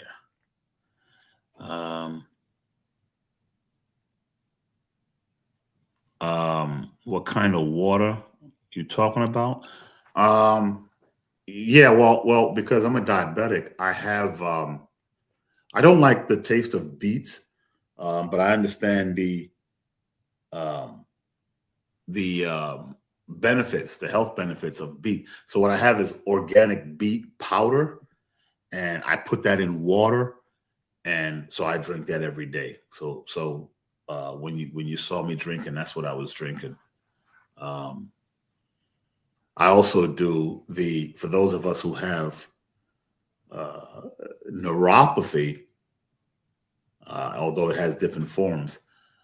Those of us, I have the itching and the tingling neuropathy. I also do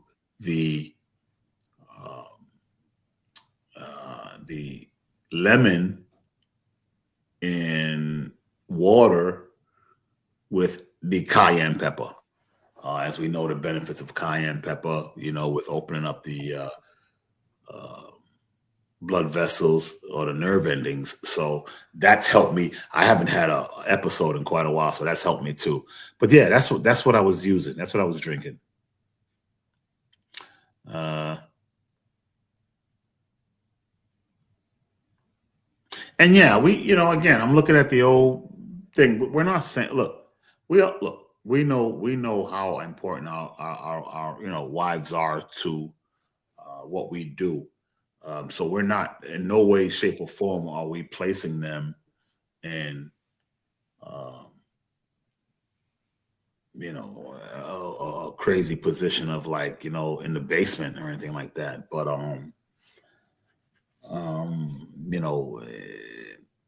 No, it is what it is, King. yeah, Men you gotta know what I start mean. being men It gotta is. start being men and start acknowledging that they men and stop trying to, put the woman above you and your greatness. You know what I'm saying? A lot of men these days try to put a woman up on a pedestal, and that's not what it is, King. And the thing is, it's we all have we each have our importance. You know what I mean? And I think what happens is when we try to make the importance on the same level, that's where the problem comes in. We will call to do certain things, women will call to do certain things. And when you mix that, that's where the problems start. And that's not to say that women aren't important, because they very much are. Hell, there is no nation without a woman. But we can go That's a step fact. further. That's a There is fact, King. there is no I don't- nation without a man.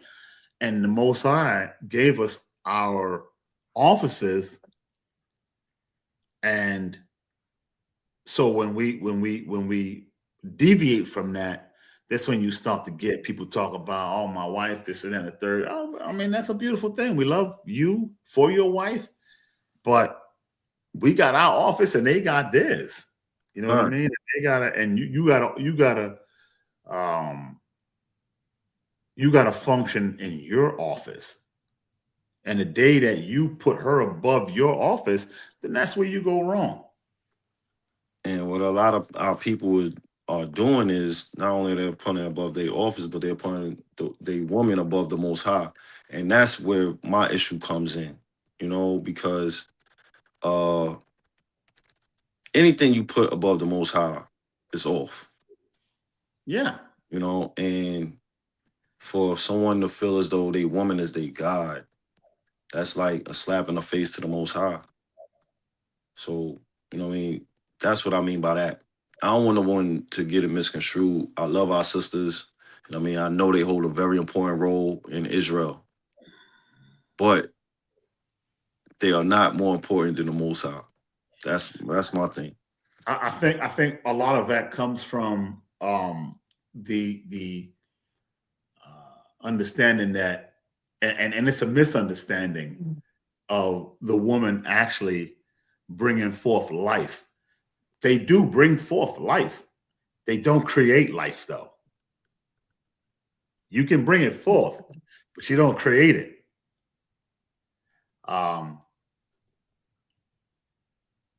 Whether they like it or not, that creation comes from the man, because it's the man's seed. And we can do a class on that, because actually I've been wanting to do a class on that. Let's just get that stuff out in the open.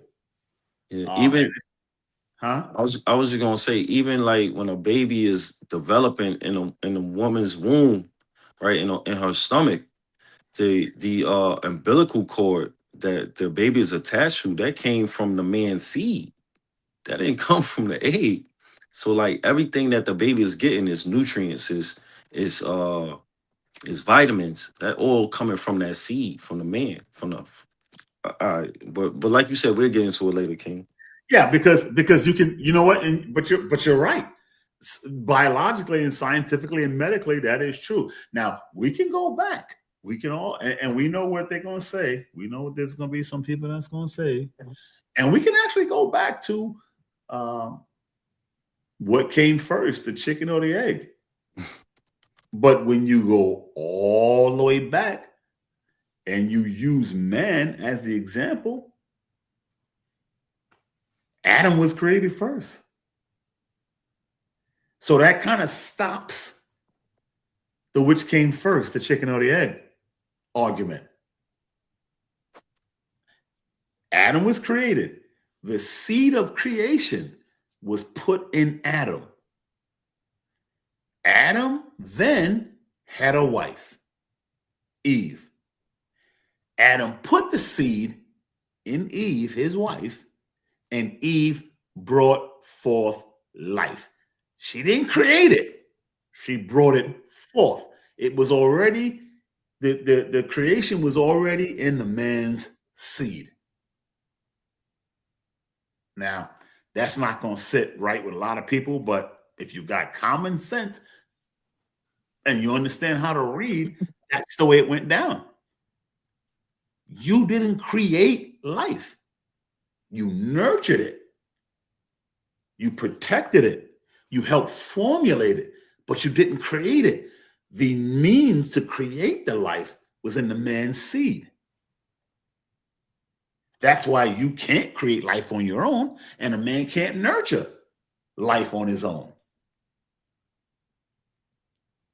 So one needs the other, and we're never ignorant about that. One needs the other. What's his name? Who is that? I forget his name. Whatever his name is. Yeah, it's not. We don't down women, but the order is the order. The order is the order. So we, like I said, we can get into a class on that. A real rap refuge. Yeah. We can get into that. He said Isaiah 4:1. What about Isaiah 4:1? Well, it's kind of late though. We ain't gonna keep people. But I don't mind getting into it. But my wife is God. She brings life. Yeah, you're a little mixed up on that, man. Yeah, my fault, King. I was just gonna say, like, even with that, right? The brother, he asked to bring out Isaiah 4:1, but then he says his wife is his God. Like, Isaiah 4:1 is talking about how the woman is gonna come to serve the man. Like, you confusing yourself, King. Yeah, he's yourself. It's all right. It you know what I mean? I mean, that's what look, man, if you're in the New York City area, you know, we're celebrating the Most High's Passover, the Passat. Come on through, man. If you want, you know, we can talk about it. It's fine. Come on through, because I mean, I understand, and you have a different understanding that's not biblically correct. And this is in no way taking anything away from the woman, but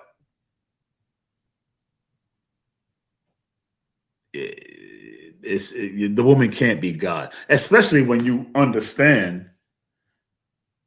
Now, what God are we talking about? You know what I mean? Like, we can go into all of that. If we're talking about the Most High, the Creator of all, then that kills your argument right there. Now, if you're talking about the gods of these other nations, because I know Egyptians believe that kind of stuff, the Sumerians believe that kind of thing. I'm not sure about the Persians, but I know at least those two believe those type of things, where the woman is God and this and that and the third. And we got a couple of, like, you know, offshoots of the Muslim religion that believe certain things like that. Very, very loose. You know, those things can be easily debunked, man. So yeah, I mean, if you want to talk about it and you're in the New York City area, man, come on through. You know, April 1st, man. You can meet us and talk about it, and yeah, we'll give you an ear. We'll give you an audience. You know, it's a beautiful thing, man. You know, so if let's let the sergeant, if he has anything else to say, because I'm actually done. Yeah, with that being said, April 1st is sundown. We'll be keeping the Passover in the Bronx, in New York. Anyone who's in the area or would like to attend, they could shoot the brothers an email. The email is the ambassadors 144 at gmail.com. You shoot us an email. We'll be gladly to give you some information on where you could keep the Passover with us. I mean, if I'm not mistaken, it's going to be at 144 Chippewa, the Chippewa Hall or something like that. If you tune into our page, keep an eye on our page. You'll be seeing it up.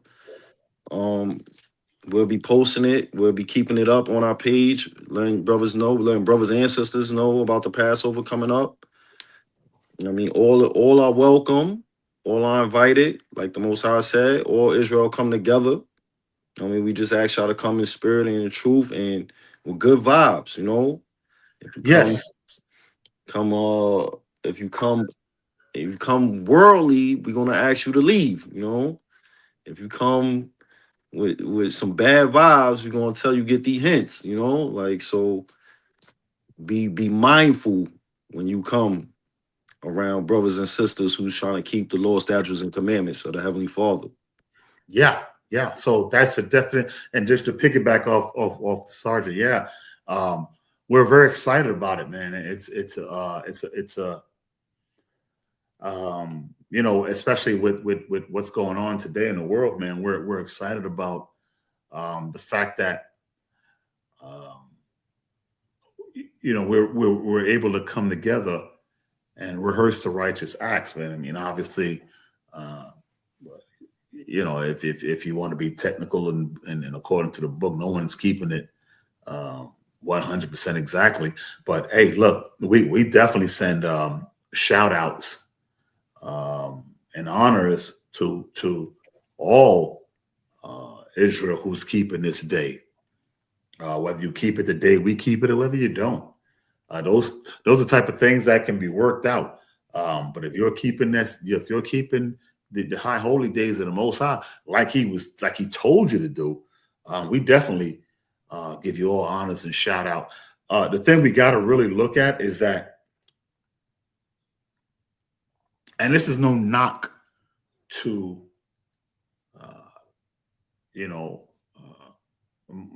my Christian brothers and sisters. This is no knock. But I think what's been happening, I think the biggest thing that's happening with them is that they skip over the part. Well, you know what? Let me say this, and I know some are not going to agree. They almost seem to be dangerously close to worshiping the creature more than the Creator. And I'll explain. The Most High gave us certain things to do in our generations forever. They feel like the Christ came down and stopped all that. By you feeling that way, you put Christ above the Most High. Now, I know that's a crude way of saying it. And yeah, we can get more intricate in it, but it's almost like you ignore the fact that Christ came down and said, look, man, these words I speak are not of my own. They're my Father's. I do my Father's will. That's why he's happy with me, because I do his will. Count out of one. Then when you come down to it and you say, well, out of Christ's mouth, what laws did he say don't do anymore? He never said not to commit adultery. He showed an understanding when that lady and that man was up there with the adultery thing. He didn't pardon her because she wasn't guilty. She was guilty. That's why he said, go and sin no more. But his thing was, they didn't do it the proper way according to the law. They only brought her where the scripture clearly called for the other witnesses. And where was he at? They didn't even bring him. So it's like, no, you can't do it like that, nigga. You got to do it straight up. So I think a lot of our Christian brothers and sisters, they're confused because they think that the old laws are done away with. The weird thing is, if you believe that, then I can run into your church next Sunday, rob everybody, and I'll be fine. Because if the law of, thou shalt not steal is done away with, then technically I didn't steal. Now you gotta hit the confession booth first. You know what I mean? So yeah, but that's what I'm saying. That's what I'm saying. So I think what happens is, and that goes back into celebrating these days, these high holy days. You want to marry the things of this world with the things of God, and the Most High told us about that, even in Jeremiah, about learning the ways of the heathen. You know what I mean? So that's the only thing that I would love to get into a discussion with the Christian faith, because I believe, they love God, they love the Most High, and they would love to worship Him, but it's not always according to wisdom. It's not always according to knowledge, because again, and I'll say it again, the logic of it is, if these laws are done away with, then anything that these laws prevented, we can do. And all we got to do is say we're sorry. If that much, because they also believe in the fact that the death of the Mashiach covered the sins in the past, the sins in the present, and the sins in the future. So that means I could wild out because I'm covered. But that's another class. So I'll let you have the last word, Sarge, and I think we can shut down. Wait. Let's see what's been said. Let's answer some of these things in the Ephraim in the house. All right, we loves you. Kenya Jones, no mixing. You agree? Nicely put. That's the order. All right, you better say that. Let's see. Somebody wants to know: is it a sin to drink on the Sabbath? No, you can drink all the water you want.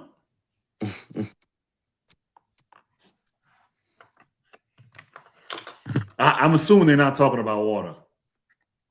Unless it's that fire water. Yeah. You want to answer that? I mean, we can. We can, yeah.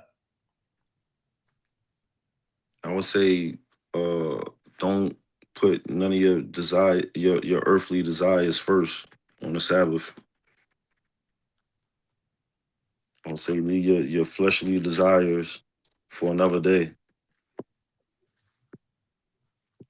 I would say don't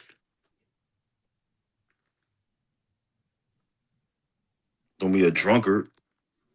That's for sure. Well, here's a question. Here's the thing. That's the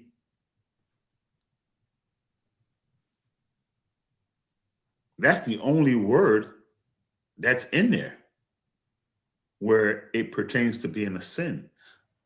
Outside of what we were talking about today, or alluding to today, about waking up and letting that be your God.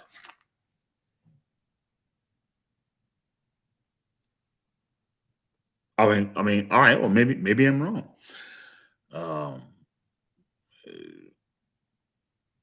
Show me where it says you can't. How about that? You know what I mean? Let's take the ball from our court. Let's put it in your court. You prove to me where you can't.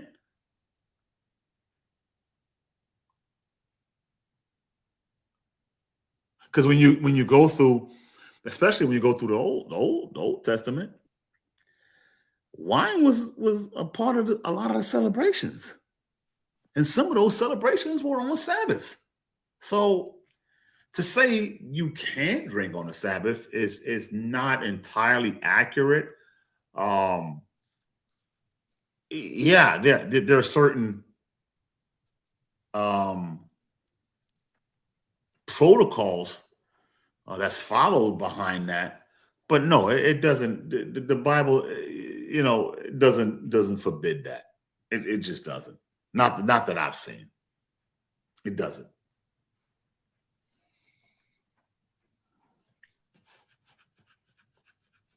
Now it does tell you about being drunk, um, and drunkenness. Um, and that give me Ephesians. Give me Ephesians 5. Let's go Another into one. it. Right. Yeah, give me Ephesians 5. Start at what is it? Is it 15? No, start. Give me yeah, let me see 15. Let's see what 15 says.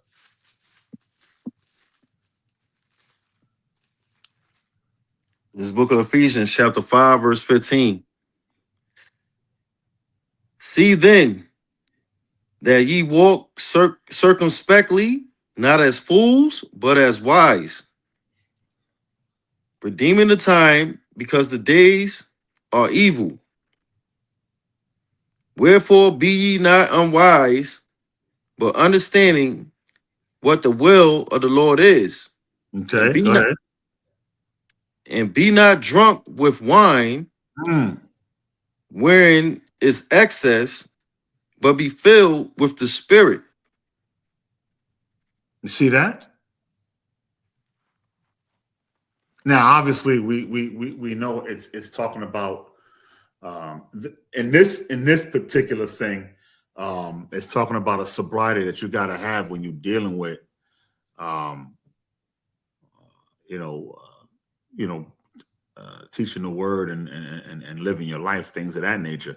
But it lends to the bigger question of whether or not we can drink. Yeah, you can. You just can't be drunken with it. Give me also um, um,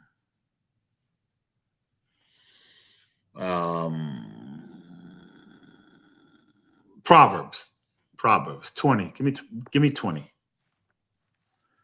Because there's a reason why you're not supposed to. It's not like it don't taste good, but it can alter um, even your spirit because you're still a fleshly body. So give me 20 and 1. This book of Proverbs, chapter 20, verse 1. Wine is a mocker, strong drink is raging, and whosoever is deceived thereby is not wise. See that? So you can drink. It's just there are certain things that come with that, especially if you overdo it. And give me Psalms 104. Bubba Kushal.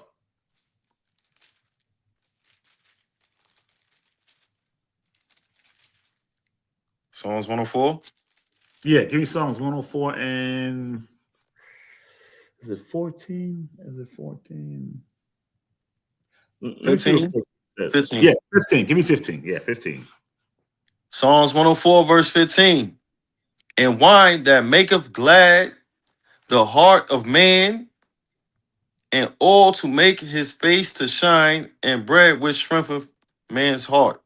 You see that? So we, and a lot of our a lot of our high holy days, a lot of our observances, we used wine. Wine was good.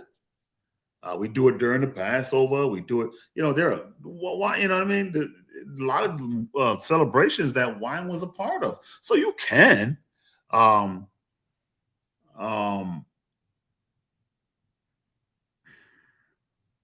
a lot of times we got to switch it up. It's like, well, can you prove that you can have wine on the Shabbat? Well, can you prove that you can? I've never read a scripture that says you can't. Um,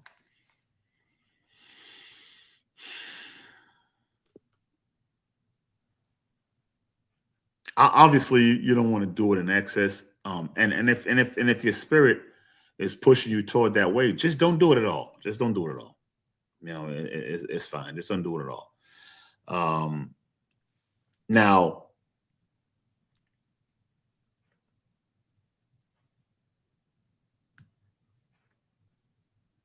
we could go into when you start dealing with and even the priests did so in certain celebrations, but we could go into the fact that you don't want that on your while you're serving the Most High, or like if we go out to camp or something like that.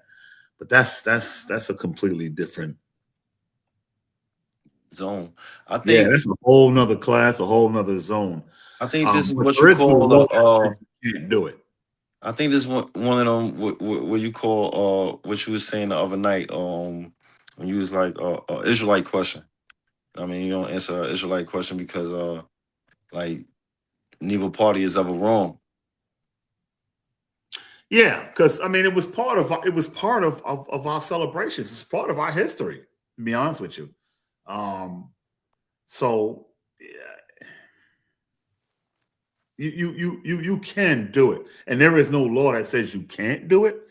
So yeah, I mean, we can do a short class on it some other time, but yeah, you can, you certainly can.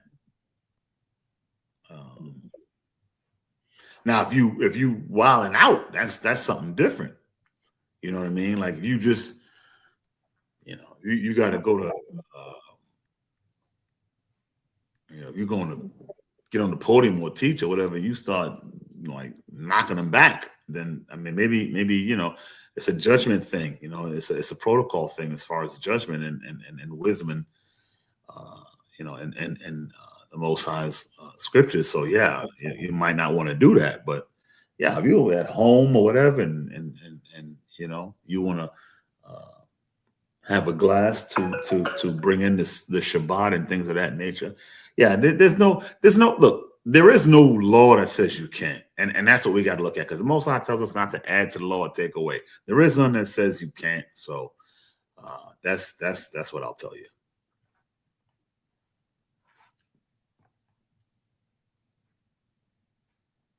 Yeah. Let me see one more.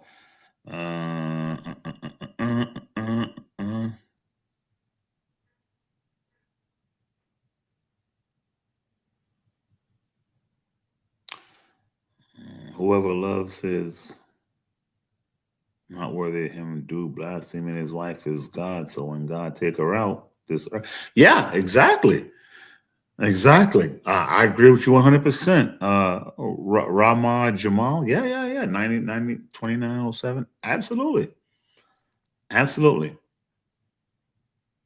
If a woman gives life, why do some women have stillborn babies? They want that baby.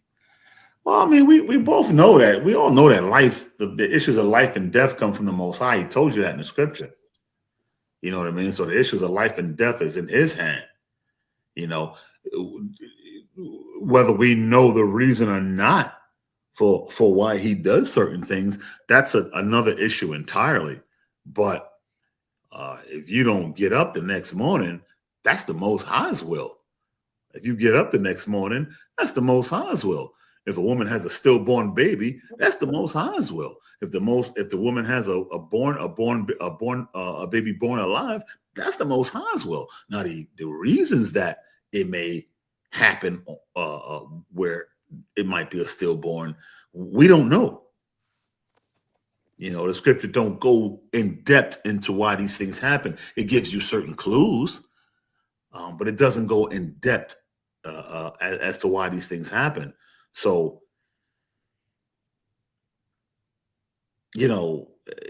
stillborn babies is look, life and death is in the hands of the Most High, man. You know what I mean? So he decides what happens and why, and sometimes we're allowed to understand why he does what he does.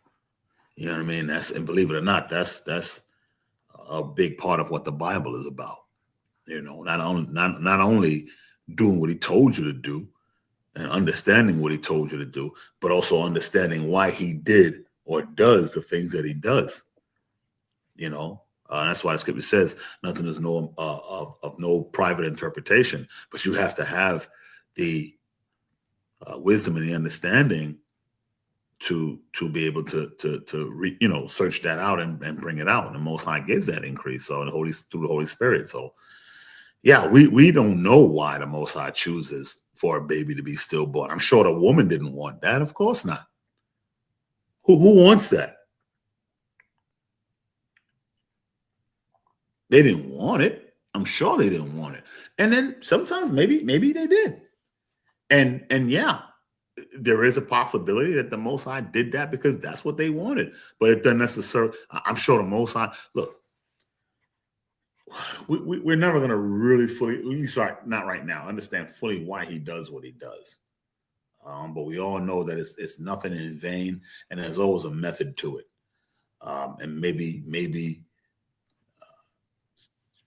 I'm not going to speculate, but it does happen, and the Most High's in control of that, man. That's all. I just want understanding, brother. Yeah, absolutely, King. Absolutely. Look, man, no. We don't take no offense to anything, man. We really, really don't. And we'll as the Most High gives leave, we'll provide the understanding as best we can through the Mashiach Yahushua, but and the Holy Spirit, but. You got to come from that point of view. It can't be from a scoffer's type of thing. And it almost seemed like that's where it was coming from. So if it wasn't, then hey, man, I say salak. But if it was, we really ain't got no time for that. We ain't got no time for scoffer's view on things. You know what I mean? There's too many people out there that the Most High wants to wake up and he wants to use us, and we can't be bogged down by what a scoffer thinks. So if you weren't coming from that angle, then it's no hard feelings, man. And call in anytime, man. Call in a question anytime. We welcome you. But if you were coming from that, then just don't bother, man, because we're not going to acknowledge that you're there. All right. So no hard feelings. Bon Oriole, East New York. Shabbat Shalom. Family, of course. Of course, y'all don't know nothing about that, but it do what it do. What kind of water? Okay, I said about the what I was drinking back then was the beets, beet, the organic beet water. Yeah. So yeah, I mean, I think that's it, man. Sound like we was getting ready to watch Mr. Rogers. That was good. That was good. Yeah, a lot of jokes I see. It's all good. As a future, in the future, it's Hanukkah, not Amalek's Hanukkah. Did I say Hanukkah or Hanukkah? You know what? If I did say Hanukkah, Salak, I apologize, and the water for the correction. I know it's Hanukkah. So if I said Hanukkah, then I apologize. Wanna, so much better. I don't see where she cooked us nothing, but that's what it do sometimes. Yeah, I think we're done, man. I think we're done. Let's close it out. Hey, look, we want to just say the water to everyone that was able to tune in tonight. Look, man, each one teach one. It's about us coming back to our nationality, coming back to the law, statutes, and commandments of the Most High. These laws are not done away with because, again, if that's the case, then we can do whatever we want and there's no sin for it. And then if that's the case, then why the Mashiach, or the one you call Messiah, why'd he die? What was the point? And for him to die for my future sins, that wouldn't be good either. That wouldn't be That wouldn't be too smart of a Messiah, because that means that I can go and smoke somebody because I know I'm good. And you'll say, well, no, it don't cover that. Well, if the law of thou shalt not kill is gone and the Messiah died for my future sins, then it actually does exist. That means I can go and smoke a dude and not have to worry about two things. One, the law of killing unrighteously. And two, I'm already forgiven because he died for my future sins.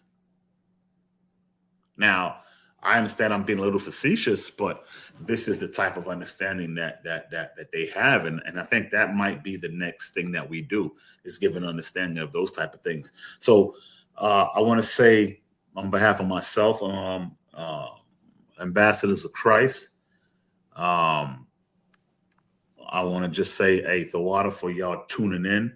We really, really, really do appreciate it.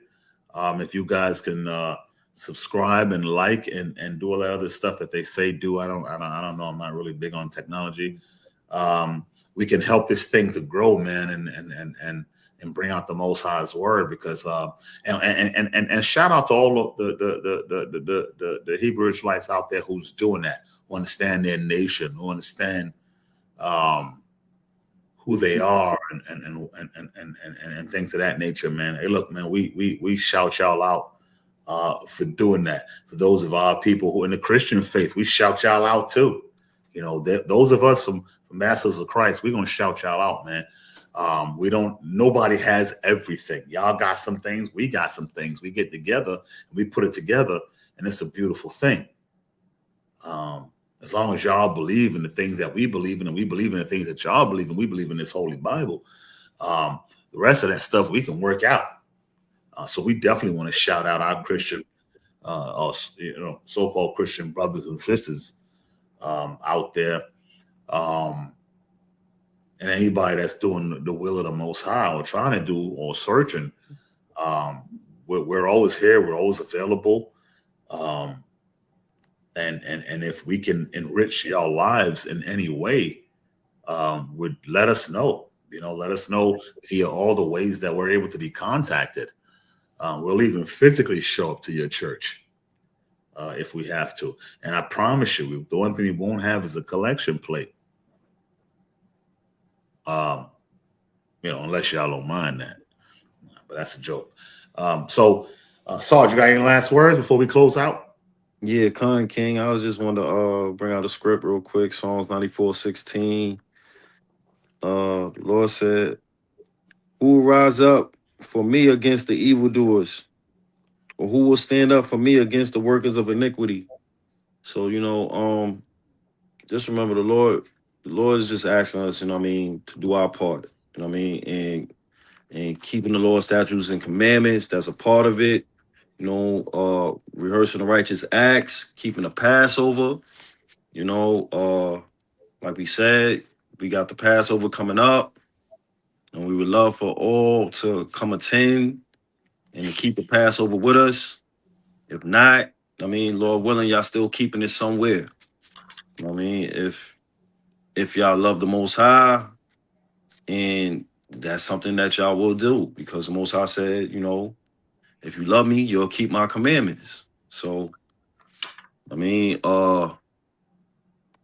not asking you, we're not forcing no one to come keep it with us. We're asking all to come keep it with us. And if it's not in you to come keep it with us, as long as you keeping it, then that's all we ask, Facts. That's what the Most High want.